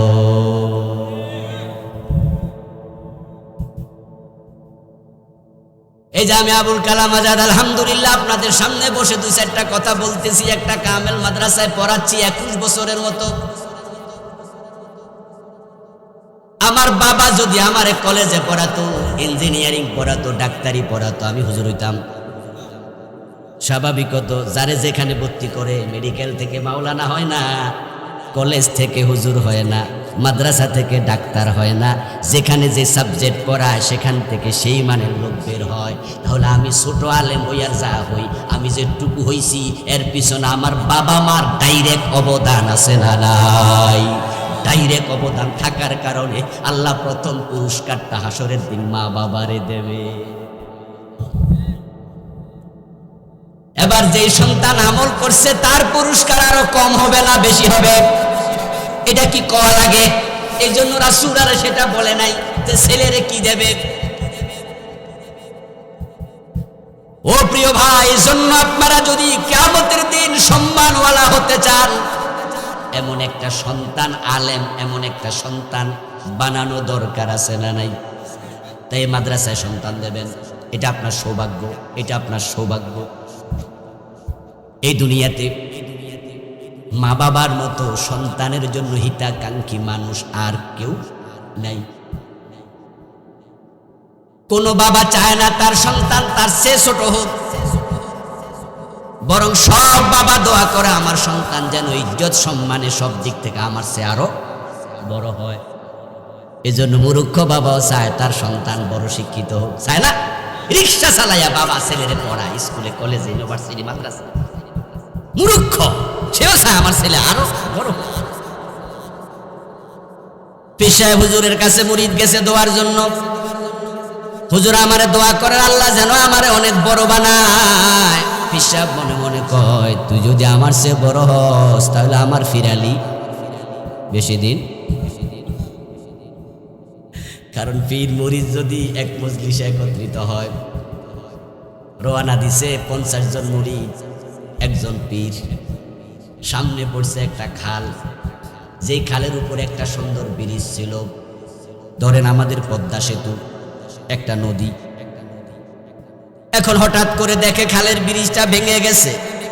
রাত বাজে তখন 12টা। 50 জন মুরিদ নিয়ে পীর সাহেব আসতেছে। এখন খালের কাছে আইসা দেখে খাল না, খালের ব্রিজ নাই, ভেঙে পড়ে গেছে। এখন এই রাতে পার হবে কেমনে? পীর সাহেব খাড়াইয়া মুরিদদেরকে কয়, কি করতাম, ব্রিজ যে ভাঙা গেছে জানতাম তো না, এখন তো এই রাতে নৌকা পাওয়া জটিল। এক মুরিদ কয়, হুজুর এত চিন্তা কি, বিসমিল্লাহ পড়েন, চোখ বন্ধ করেন, পানির উপরে হাইটা ওই পাশে চলে যায়। এটা বলে মুরিদ বিসমিল্লাহ বলে পা দিল, চোখ বন্ধ করলো, হাঁটতে হাঁটতে পানির উপর দিয়া খালের ওই পারে চলে গেল। উনি মনে মনে ভাবতেছে উনার সাথে তো সবাই যাচ্ছে, কিন্তু ওই পারে গিয়া চোখ খুইলা দেখে উনি একাই আইছে। আর পীর সাহেব বাকি 49 জন মুরিদ ওই পারে খাড়াই রয়েছে। তুমি চোখ খুইলা কয়, আইয়েন। হেরা কয়, বিসমিল্লাহ তো পরে পা দিছিলাম, ডুইবা যায়, জামু কেমনে? তোমার কথা শুইনা তো বিসমিল্লাহ কইছিলাম, পাও বাড়াইছিলাম, কিন্তু ডুইবা তো যাই। উনি কয়, আশ্চর্য হুজুর, আপনি না ওয়াজ করছিলেন ইন্নামাল আমালু বিন্নিয়াত, নিয়তের উপরে আমল নির্ভর করে। ওয়াজ শুনে তো আমি বিসমিল্লাহ কইয়া পা দিছি। এখন আমি যে চলে আইছি, পীর সাহেব হুজুর আমনে ধরা খাইছেন কারণ কি? হুজুর কয়, ওয়াজ কি আর নিজের জন্য করছি?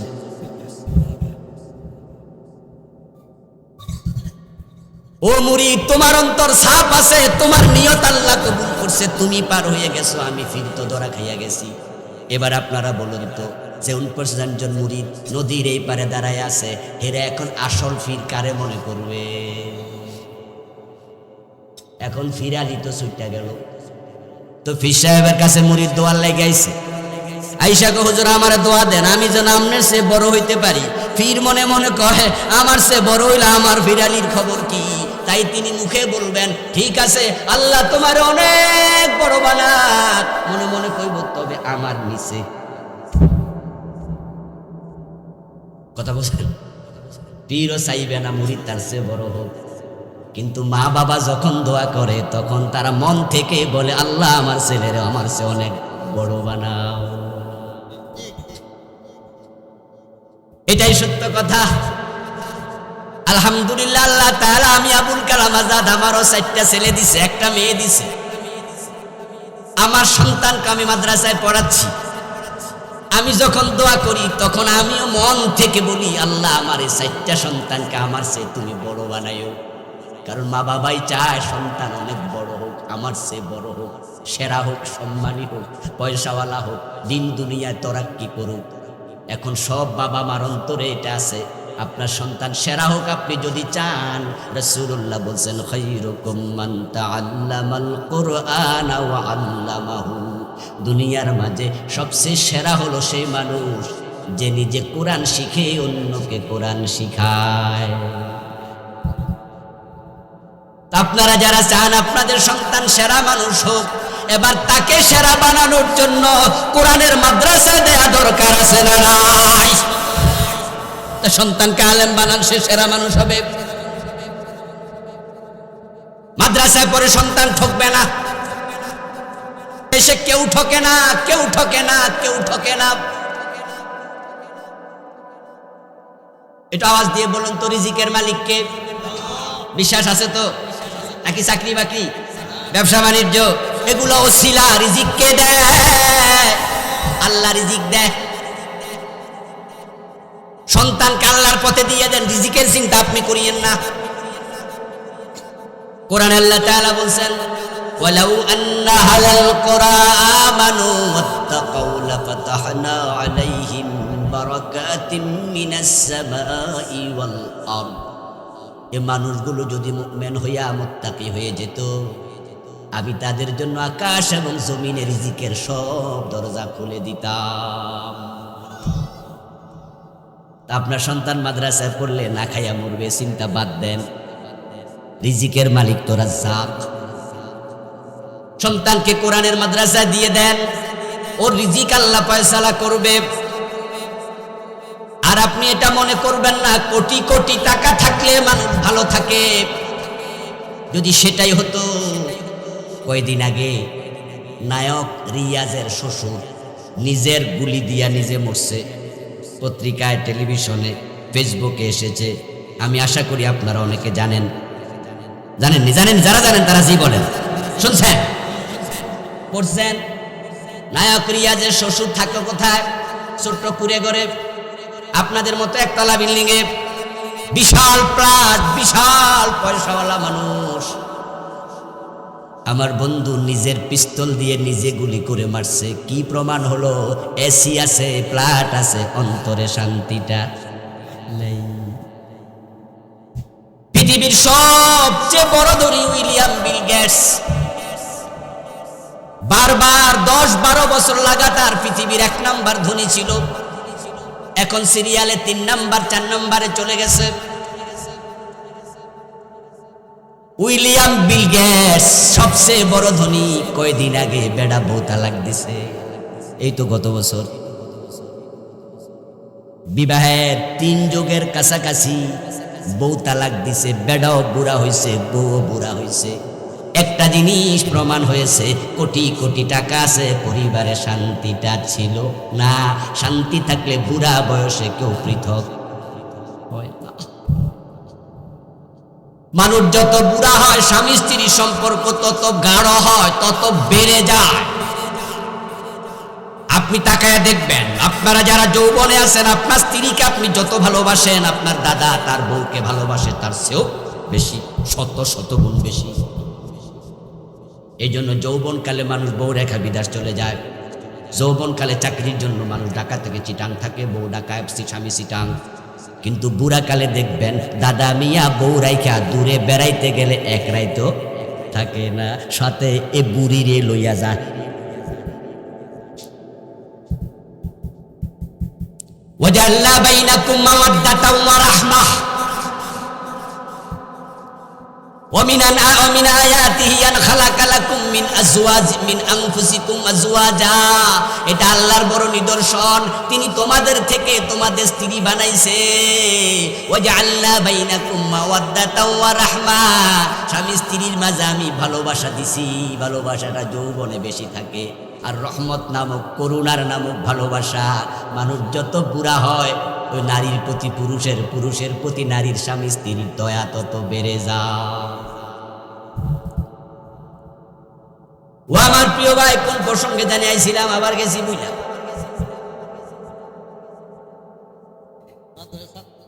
বিল গেটসের কথা থেকে। বিল গেটস বুড়া হয়েছে নাকি? বুড়া হয়েছে না? বয়স কিন্তু 60-এর বেশি।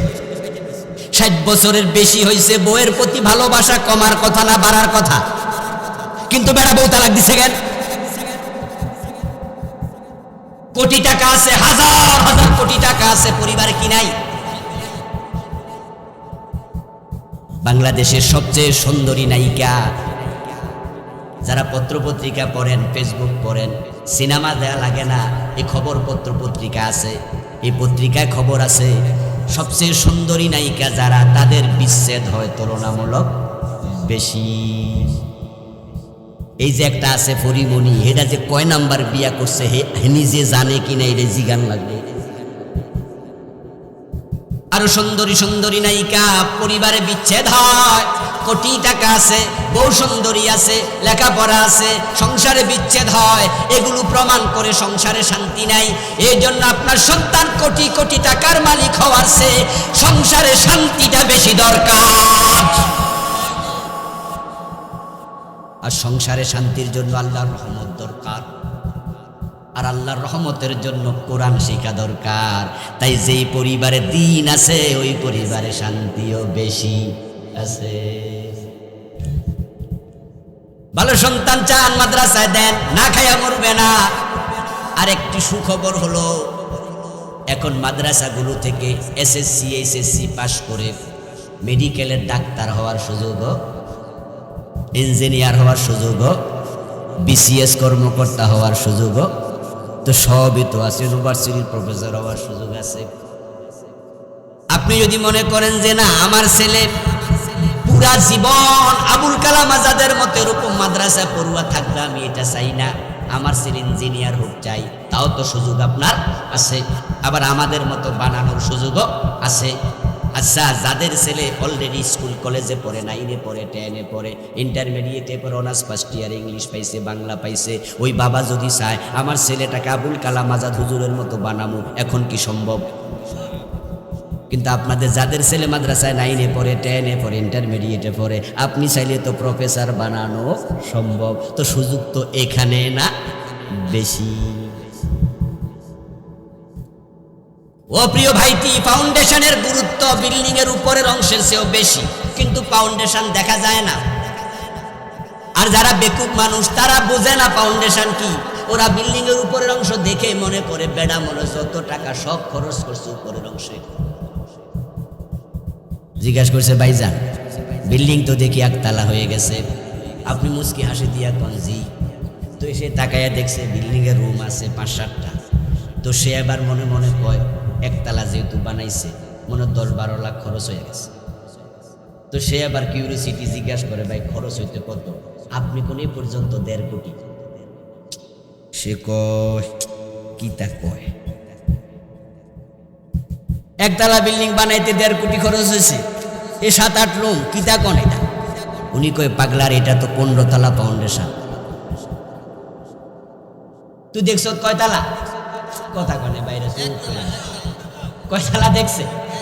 তো 15 তলা ফাউন্ডেশন দিলে নিচে 1.5 কোটি ফাইলিং করতে তো চলে যায়। যারা বিল্ডিং বানাইছে এরা বুঝবো, অন্যরা আবার আমার কথা বুঝবে না, হুজুর এটা কি? ওই নিচেরটা দেখা যায় না। 15 তলা, 20 তলা, 5 তলা, 7 তলা বিল্ডিং বানাবেন, ফাউন্ডেশন গুরুত্ব উপরের চেয়েও নিচে বেশি, না এটা মাথার উপর ভেঙে পড়বো। আপনার সন্তানের জীবনের ফাউন্ডেশন হোক আল্লাহর কোরআন। এই জন্য তাকে জীবনের প্রথম লেভেলে অবশ্যই কোরআন শিখাবেন। ক্লাস 5, 6, ইন্টারমিডিয়েট, এসএসসি পর্যন্ত, দাখিল পর্যন্ত মাদ্রাসায় পড়াবেন। এতে করে তার জীবনের ফাউন্ডেশনটা মজবুত হবে। এ জাতীয় কোরআন পড়ুয়া ছেলের হাতের মাঝে মদের বোতল আর উঠবে না। সে পরবর্তীতে বড় অফিসার হবে, বিসিএস পাস করা হবে, সে হবে জাজ, সে হবে ব্যারিস্টার, সে হবে ডাক্তার, সে হবে ইঞ্জিনিয়ার। যেহেতু ইন্টারমিডিয়েট পর্যন্ত কোরআন পড়েছে, হাদিস পড়েছে। আপনি যদি মরে যান, আপনার ডাক্তার ছেলেটা আপনার জানাজার নামাজের ইমামতি করতে পারবে। আপনার ইঞ্জিনিয়ার ছেলেটা তার নিজের সন্তান যখন জন্ম নেবে তাদেরকে বাসায় নিজে কোরআন পড়াতে পারবে। তার জেনারেশনটা ইসলামওয়ালা হবে, কোরআনওয়ালা হবে। এই জন্য আপনি ভালো পরিবার চান, ভালো সমাজ চান, আপনার সন্তানদেরকে কোরআনওয়ালা বানান বানান বানান। আপনার মৃত্যুর পরে মসজিদের ইমাম ডেকে এনে যেন ইমামতি করানো না লাগে। আপনি হতভাগা বাবা, হতভাগা। আপনার 5-7টা সন্তান আছে, আপনার জানাজার নামাজ পড়াবে এরকম যোগ্যতা একটারও নাই। আপনার সন্তান হইয়া লাভ কি? আপনি বাবা হিসাবে ফেল। ওই মসজিদের ইমাম হুজুরকে ডেকে আনছেন আপনার জানাজার নামাজ পড়ানোর জন্য। হুজুর আপনার লাশের সামনে দাঁড়ায়া তাকবীর দেবে, তৃতীয় তাকবীর পরে বলবে আল্লাহুম্মা গফিরলি হাজ্জিনা ওয়া মাইয়িতিনা। বলবে না আল্লাহ ক্ষমা করে দাও আমাদের মৃত ভাইটাকে, ক্ষমা করে দাও জীবিতদেরকে। উনার দোয়া আসবে মুখ থেকে।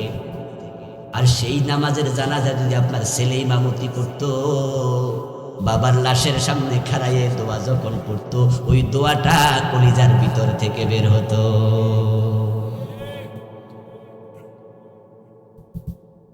ও ভাই আমার, আমি জানি না আপনারা আপনাদের বাবার জন্য, মায়ের জন্য কয়দিন দোয়া করছেন জানি না আমি, কিন্তু আলহামদুলিল্লাহ আলহামদুলিল্লাহ আমার বাবাও মরে গেছে।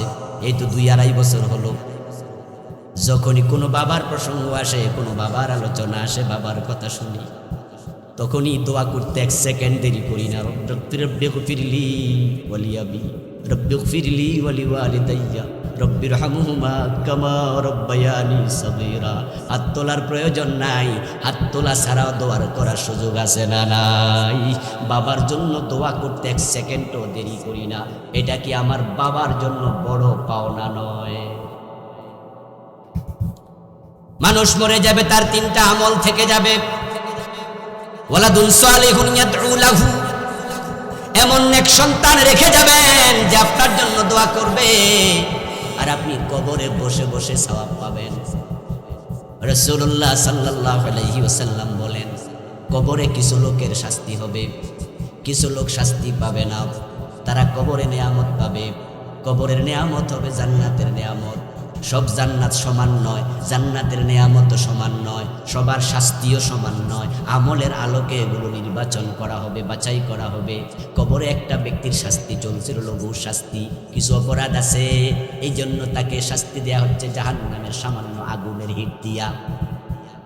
কয়দিন যাওয়ার পরে হঠাৎ করে লোকটার জাহান্নামের আগুন কমে যাবে, শাস্তি কমে যাবে। হঠাৎ করে একদিন লোকটা দেখবে জাহান্নামের আগুন এখন আর নাই, একবারে স্টপ হয়ে গেছে, এখন আর শাস্তি নাই, বরং তার কবরের দিকে জান্নাতের কিছু মৃদু মৃদু হাওয়া আসতেছে। সুবহানাল্লাহ। বাহিরে আছে প্রচন্ড রোদ, প্রচন্ড গরম। হঠাৎ করে রুমে ঢুকেছেন, এসি রুম, ঢোকার সাথে সাথে অবস্থা আগের মতো না, একটু ভালো লাগে।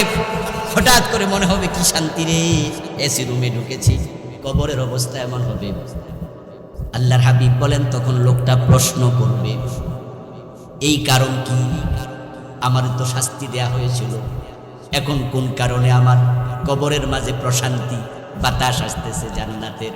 তখন তাকে বলা হবে, তোমার সন্তান দোয়া করেছে, দোয়ার কারণে আল্লাহ আপগ্রেড করেছে, তোমার অবস্থান নিচ থেকে উপরে নিয়ে আসছে। বিদাওয়াতি ওয়ালাদিকা লাক, তোমার সন্তানের দোয়া তোমার জন্য আজকে এই উন্নতির কারণ। ও প্রিয় ভাই, তখন আপনি বুঝবেন একটা ভালো সন্তানের কত দাম।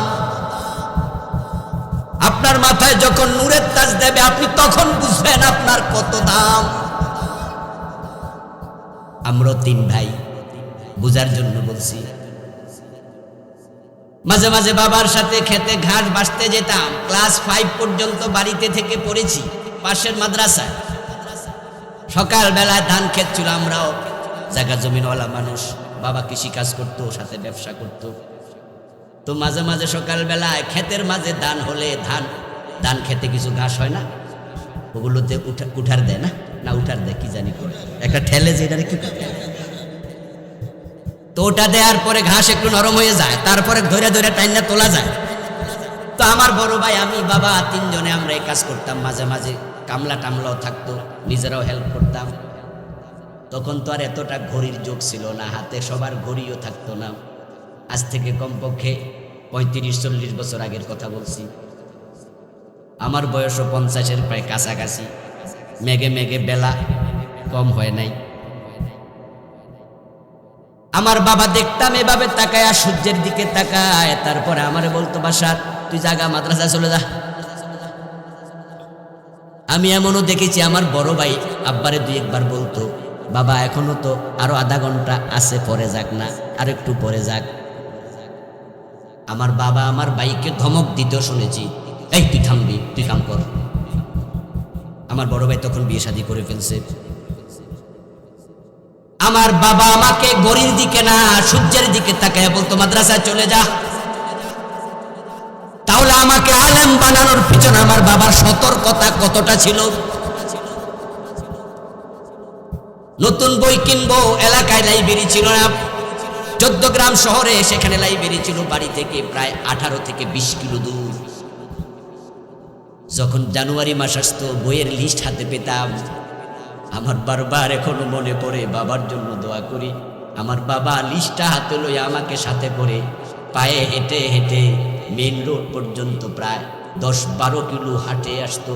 তারপরে লোকাল বাসে চড়ে 14 গ্রাম বাজারে নিত, নতুন বই কিনে দিত, সাথে করে আবার লোকাল বাসে করে নেমে হেঁটে হেঁটে বাড়িতে আসতো।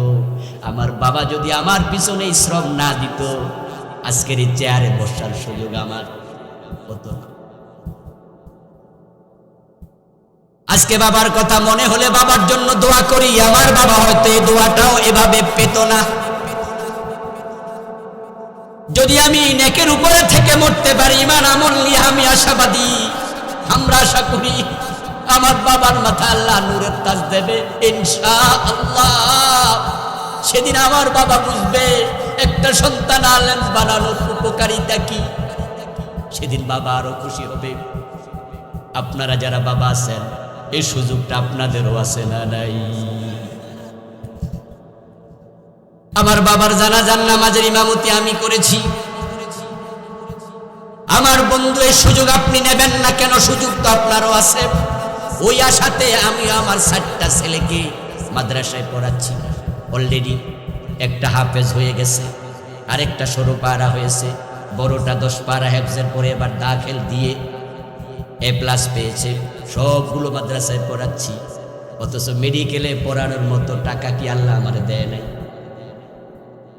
আমি আমার সন্তানকে তো 4টারে প্রাইভেট মেডিকেলে পড়াতে পারবো, আলহামদুলিল্লাহ, টাকা পয়সার তো অভাব নাই। আমি তো প্রাইভেট ইঞ্জিনিয়ারিং বিশ্ববিদ্যালয়ে পড়ানোর মতো টাকা আল্লাহ আমারে দিছে।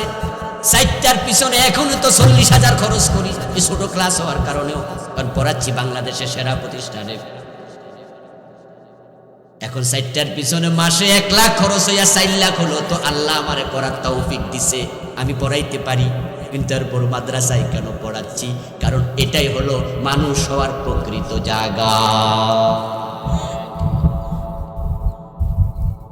ধন্যবাদ জানাচ্ছি আমার আমিনুল ইসলাম ভাইকে এমন একটি প্রতিষ্ঠান আপনাদের এলাকায় করার জন্য। কারণ যদি এই প্রতিষ্ঠানগুলো না থাকে, ছোটকালে পড়বে কোথায়? ক্লাস 5 পর্যন্ত মাদ্রাসায় না পড়লে 6-এ হঠাৎ করে মাদ্রাসায় ভর্তি হওয়া সহজ না। তখন তো সে কোরআন পড়তে জানবে না, লিখতে জানবে না, নাহু সরফ বুঝবে না। তাই আরো ছোটকাল থেকে পড়াতে হবে। তাই এই ছোট ছোট মাদ্রাসাগুলোর গুরুত্ব অনেক বেশি। আমি শুরুতে বলেছি আমরা সবাই মাদ্রাসা বানাতে পারবো না, সবাই সব মসজিদ ফাউন্ডার হতে পারবো না, কিন্তু সহযোগিতা হইতে পারবো নাকি? এই জন্য সহযোগিতা করবেন, নিজের সন্তান দেবেন, আরেকজনকে উৎসাহিত করবেন। এখানে অনেক মুরব্বী আছেন আপনারা যারা আজকে আমার ওয়াজ শুনে হয়তো আপনি আফসোসও করছেন, আরে আমার পোলাপান্ডিত এখন বড় হয়ে গেছে, হুজুরের ওয়াজ তো শুনলাম ঠিকই, কিন্তু আজকে এখন তো বাচ্চা আর পড়ানোর মতো নাই। আপনাদের নাতি আছে না? মেয়ের ছেলে, মেয়ের নাতি আছে, ছেলের নাতি আছে, ওইগুলারে পড়ান। বাচ্চা মেয়েগুলারে পড়ান। আপনার মেয়ে বাচ্চাকে হাফেজ বানান, আলেম বানান, আলেমা বানান, হাফেজা বানান। কি মজার কাম জানেন? আমরা তো দুনিয়া পাই আখেরাত ভুলে গেছি। এত দুনিয়া আমি চাইনি, এত দুনিয়া আমি চাইনি। যা পাচ্ছি আল্লাহর কসম এটা চাইনি। ভাবছি যে মাসে যদি 20, 30, 50 হাজার ইনকাম হয়, দ্যাটস এনাফ। কিন্তু না, আল্লাহ তো রিজিক দাতা। এখন মানুষ টাকা পকেটে লইয়া দাঁড়াইয়া থাকে, পাশে এসে হুজুর আপনি আমার বাড়ি শুধু যাবেন, আধা ঘন্টা ওয়াজ করবেন, আপনার এত দিয়ে দেবো।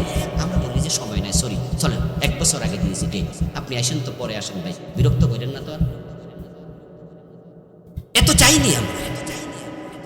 রিজিকের পিছনে পাগল হওয়া দরকার নাই। রিজিক কে দেয়? আপনি এত দৌড়ান, আল্লাহ তো দিবে। এ কথার অর্থ ব্যবসা বাণিজ্য ছেড়ে দিয়া বৈরাগী হয়ে যান তা বলছি না, কিন্তু পাগল হইেন না। আমার ভাই, সন্তানকে আপনি মানুষ বানাবেন, কোরআনওয়ালা বানাবেন, আল্লাহর পথে ছেড়ে দেবেন, বাকি দায়িত্ব আল্লাহ নিজে নেবে, আল্লাহ নিজে নিয়ে নেবে।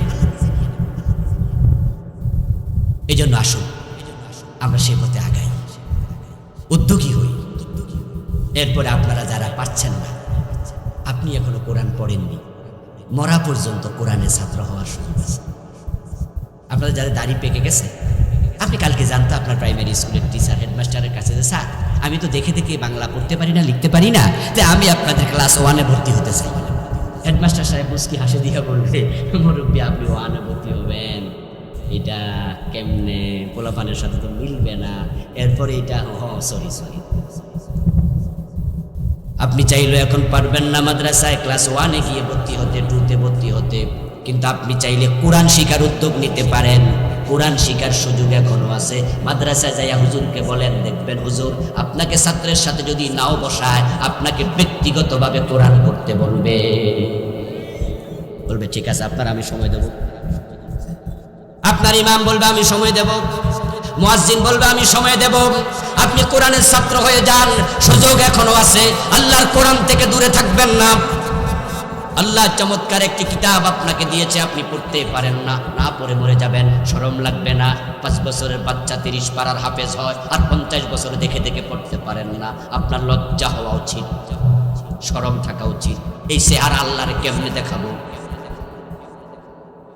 বলবেন দাঁত পড়ে গেছে, হা বলতে পারি না, কফ বলতে পারি না, কানে কম শুনি, কণ্ঠটা দিয়ে শব্দ উচ্চারণ হয় না। কি করব হুজুর, কেমনে শিখবো? রাসূলুল্লাহ বলেছেন তোমার জন্য ডাবল সুসংবাদ, তোমার জন্য ডাবল অফার। অনেক সময় দেখবেন গরু বাজারে গেলে কুরবানির সময় গাবতলী গরু বাজারে ব্যাডাজ দিয়া রাখে, বড় গরু কিনলে ছাগল ফ্রি। দেখবেন কুরবানির সময় যে গরু বড়টা কিনলে কি একটা ছাগল। বড় বড় দোকানে গেমে যাবেন, দেখবেন যে কোরবানের আগ দিয়া বলে যদি বড় ফ্রিজ কিনেন তাহলে washing machine free, washing machine কিনলে ফ্রিজ ফ্রি। আল্লাহ কয় তোমরা যারা বুড়া হয়ে গেছো, তুমি কোরআন পড়তে গেলে তোমার কষ্ট হয়। ওয়াল্লাযী, রাসূলুল্লাহ বলেন ওয়াল্লাযী ইয়াকরাউল কুরআনা ওয়া ইয়াতাতাউ ফি ওয়া হুয়া আলাইহি শাক্কুন লাহু আজরান। বয়সের বারে হয়ে গেছে, দাঁত পড়ে গেছে, চোখে দেখে না কম দেখে, কানে শোনে না কম শোনে, এরপরও সে কোরআন ছেড়ে দেয় না, কোরআন পড়তে থাকে, কষ্ট হয় তার জন্য। রাসূলুল্লাহ বলেন সাধারণ পাঠকের তুলনায় আল্লাহ তাকে দ্বিগুণ পুরস্কার দিতে থাকবে। এই জন্য কোরআনটাকে বন্ধু বানান। এই বয়সে টেলিভিশনের সামনে ব্রাজিল আর আর্জেন্টিনার খেলা দেখে সময় নষ্ট করবেন না। বুড়া পাবলিক পর্যন্ত রাত জাগে। ওরে বাবা রে বাবা, চা দোকানে বইয়া জিগায় নাতি কালকা কেডা জিতছে, কি আসি আখেরাতের খবর নেয় না, বেটা আর্জেন্টিনার খবর নেয়। কালকা যাক এক ফাপ গেছে নাকি? গত রাতে মাহফিল ছিল, দিনের বেলা ছিল কক্সবাজার, ফিরেছি রাতে ছিল ফেনীতে। তো ফেনী মাহফিল করে আপনাদের এখানে চলে আসছি। আজকে ছিল 3টা, এটা একটা, দুপুরে ছিল মনোহরদ্বীপ, কিন্তু এটা আবার 10 তারিখে নাকি আজকে কিয়ামত হওয়ার সম্ভাবনা ছিল, যাক হয় নাই, আল্লাহ সারাইছে। মিনি কিয়ামত হইতো নাকি, সরকার অনুমতি দিছে, যার কারণে যাক একটা হইয়া যাইতেছে। কোনো রকম না দিলে কিন্তু ছোট মোটো একটা কিয়ামত বাংলাদেশে লাইগাও যাইতে পারতে। তো দুপুরের মাহফিলটা ক্যান্সেল, তাই একটু ঘুমাইয়া ঘামাইয়া আপনাদেরটা একটু দেরিতে আসছি। 10টায় ওঠার কথা, সে জায়গায় 11:30টায় আসছি। সময় হাতে আছে, রাতে আছে আবার নিকলিতে। তো এখন কালকে যখন আমি রাতের মাহফিলটা শেষ করে এখানে রওনা দিছি, ফেনী শহরের হোটেলে বসে খাইতে বসছি। হোটেলের বাইরে দেখি বাঁশি বাজাইতেছে 10-12টা পোলান, আর লাফাইতেছে 30-40 টাকা। তা আমরা সবাই তাকাচ্ছি, কি হয়েছে দোকানের জানালা দিয়া। তো আমার ড্রাইভারে বললাম ভাই কি হয়েছে? কই হুজুর আজকে ব্রাজিল নাকি ফেল করছে। তো ফেল করলে তো কেউ লাফায় না, কয় হুজুর লাফানোর কারণ আছে, এরা আর্জেন্টিনা, মানে ওরার ফেল দেখা ওরা লাফাইতেছে। আমি কই হারে মানুষ আরেকজনের বিপদে খুশি হয়েছে। এই যে ব্রাজিল আর্জেন্টিনার খেলা দেখা কত যুবক ফজরের নামাজ কাজা করছে, হিসাব নাই, ঠিক না? এ বুড়া মুরব্বীরা পর্যন্ত রাত জায়গা খেলা দেখে, দিনে খেলা দেখে। অথচ আসরের নামাজের পরে সুযোগ পাইলে কোরআন পড়ুন, ফজরের পরে কোরআন পড়ুন। যখনই সুযোগ পান কোরআনের সাথে লেগে যান, এই কোরআন টেনে টেনে আপনাকে আল্লাহর জান্নাতে নিয়ে যাবে।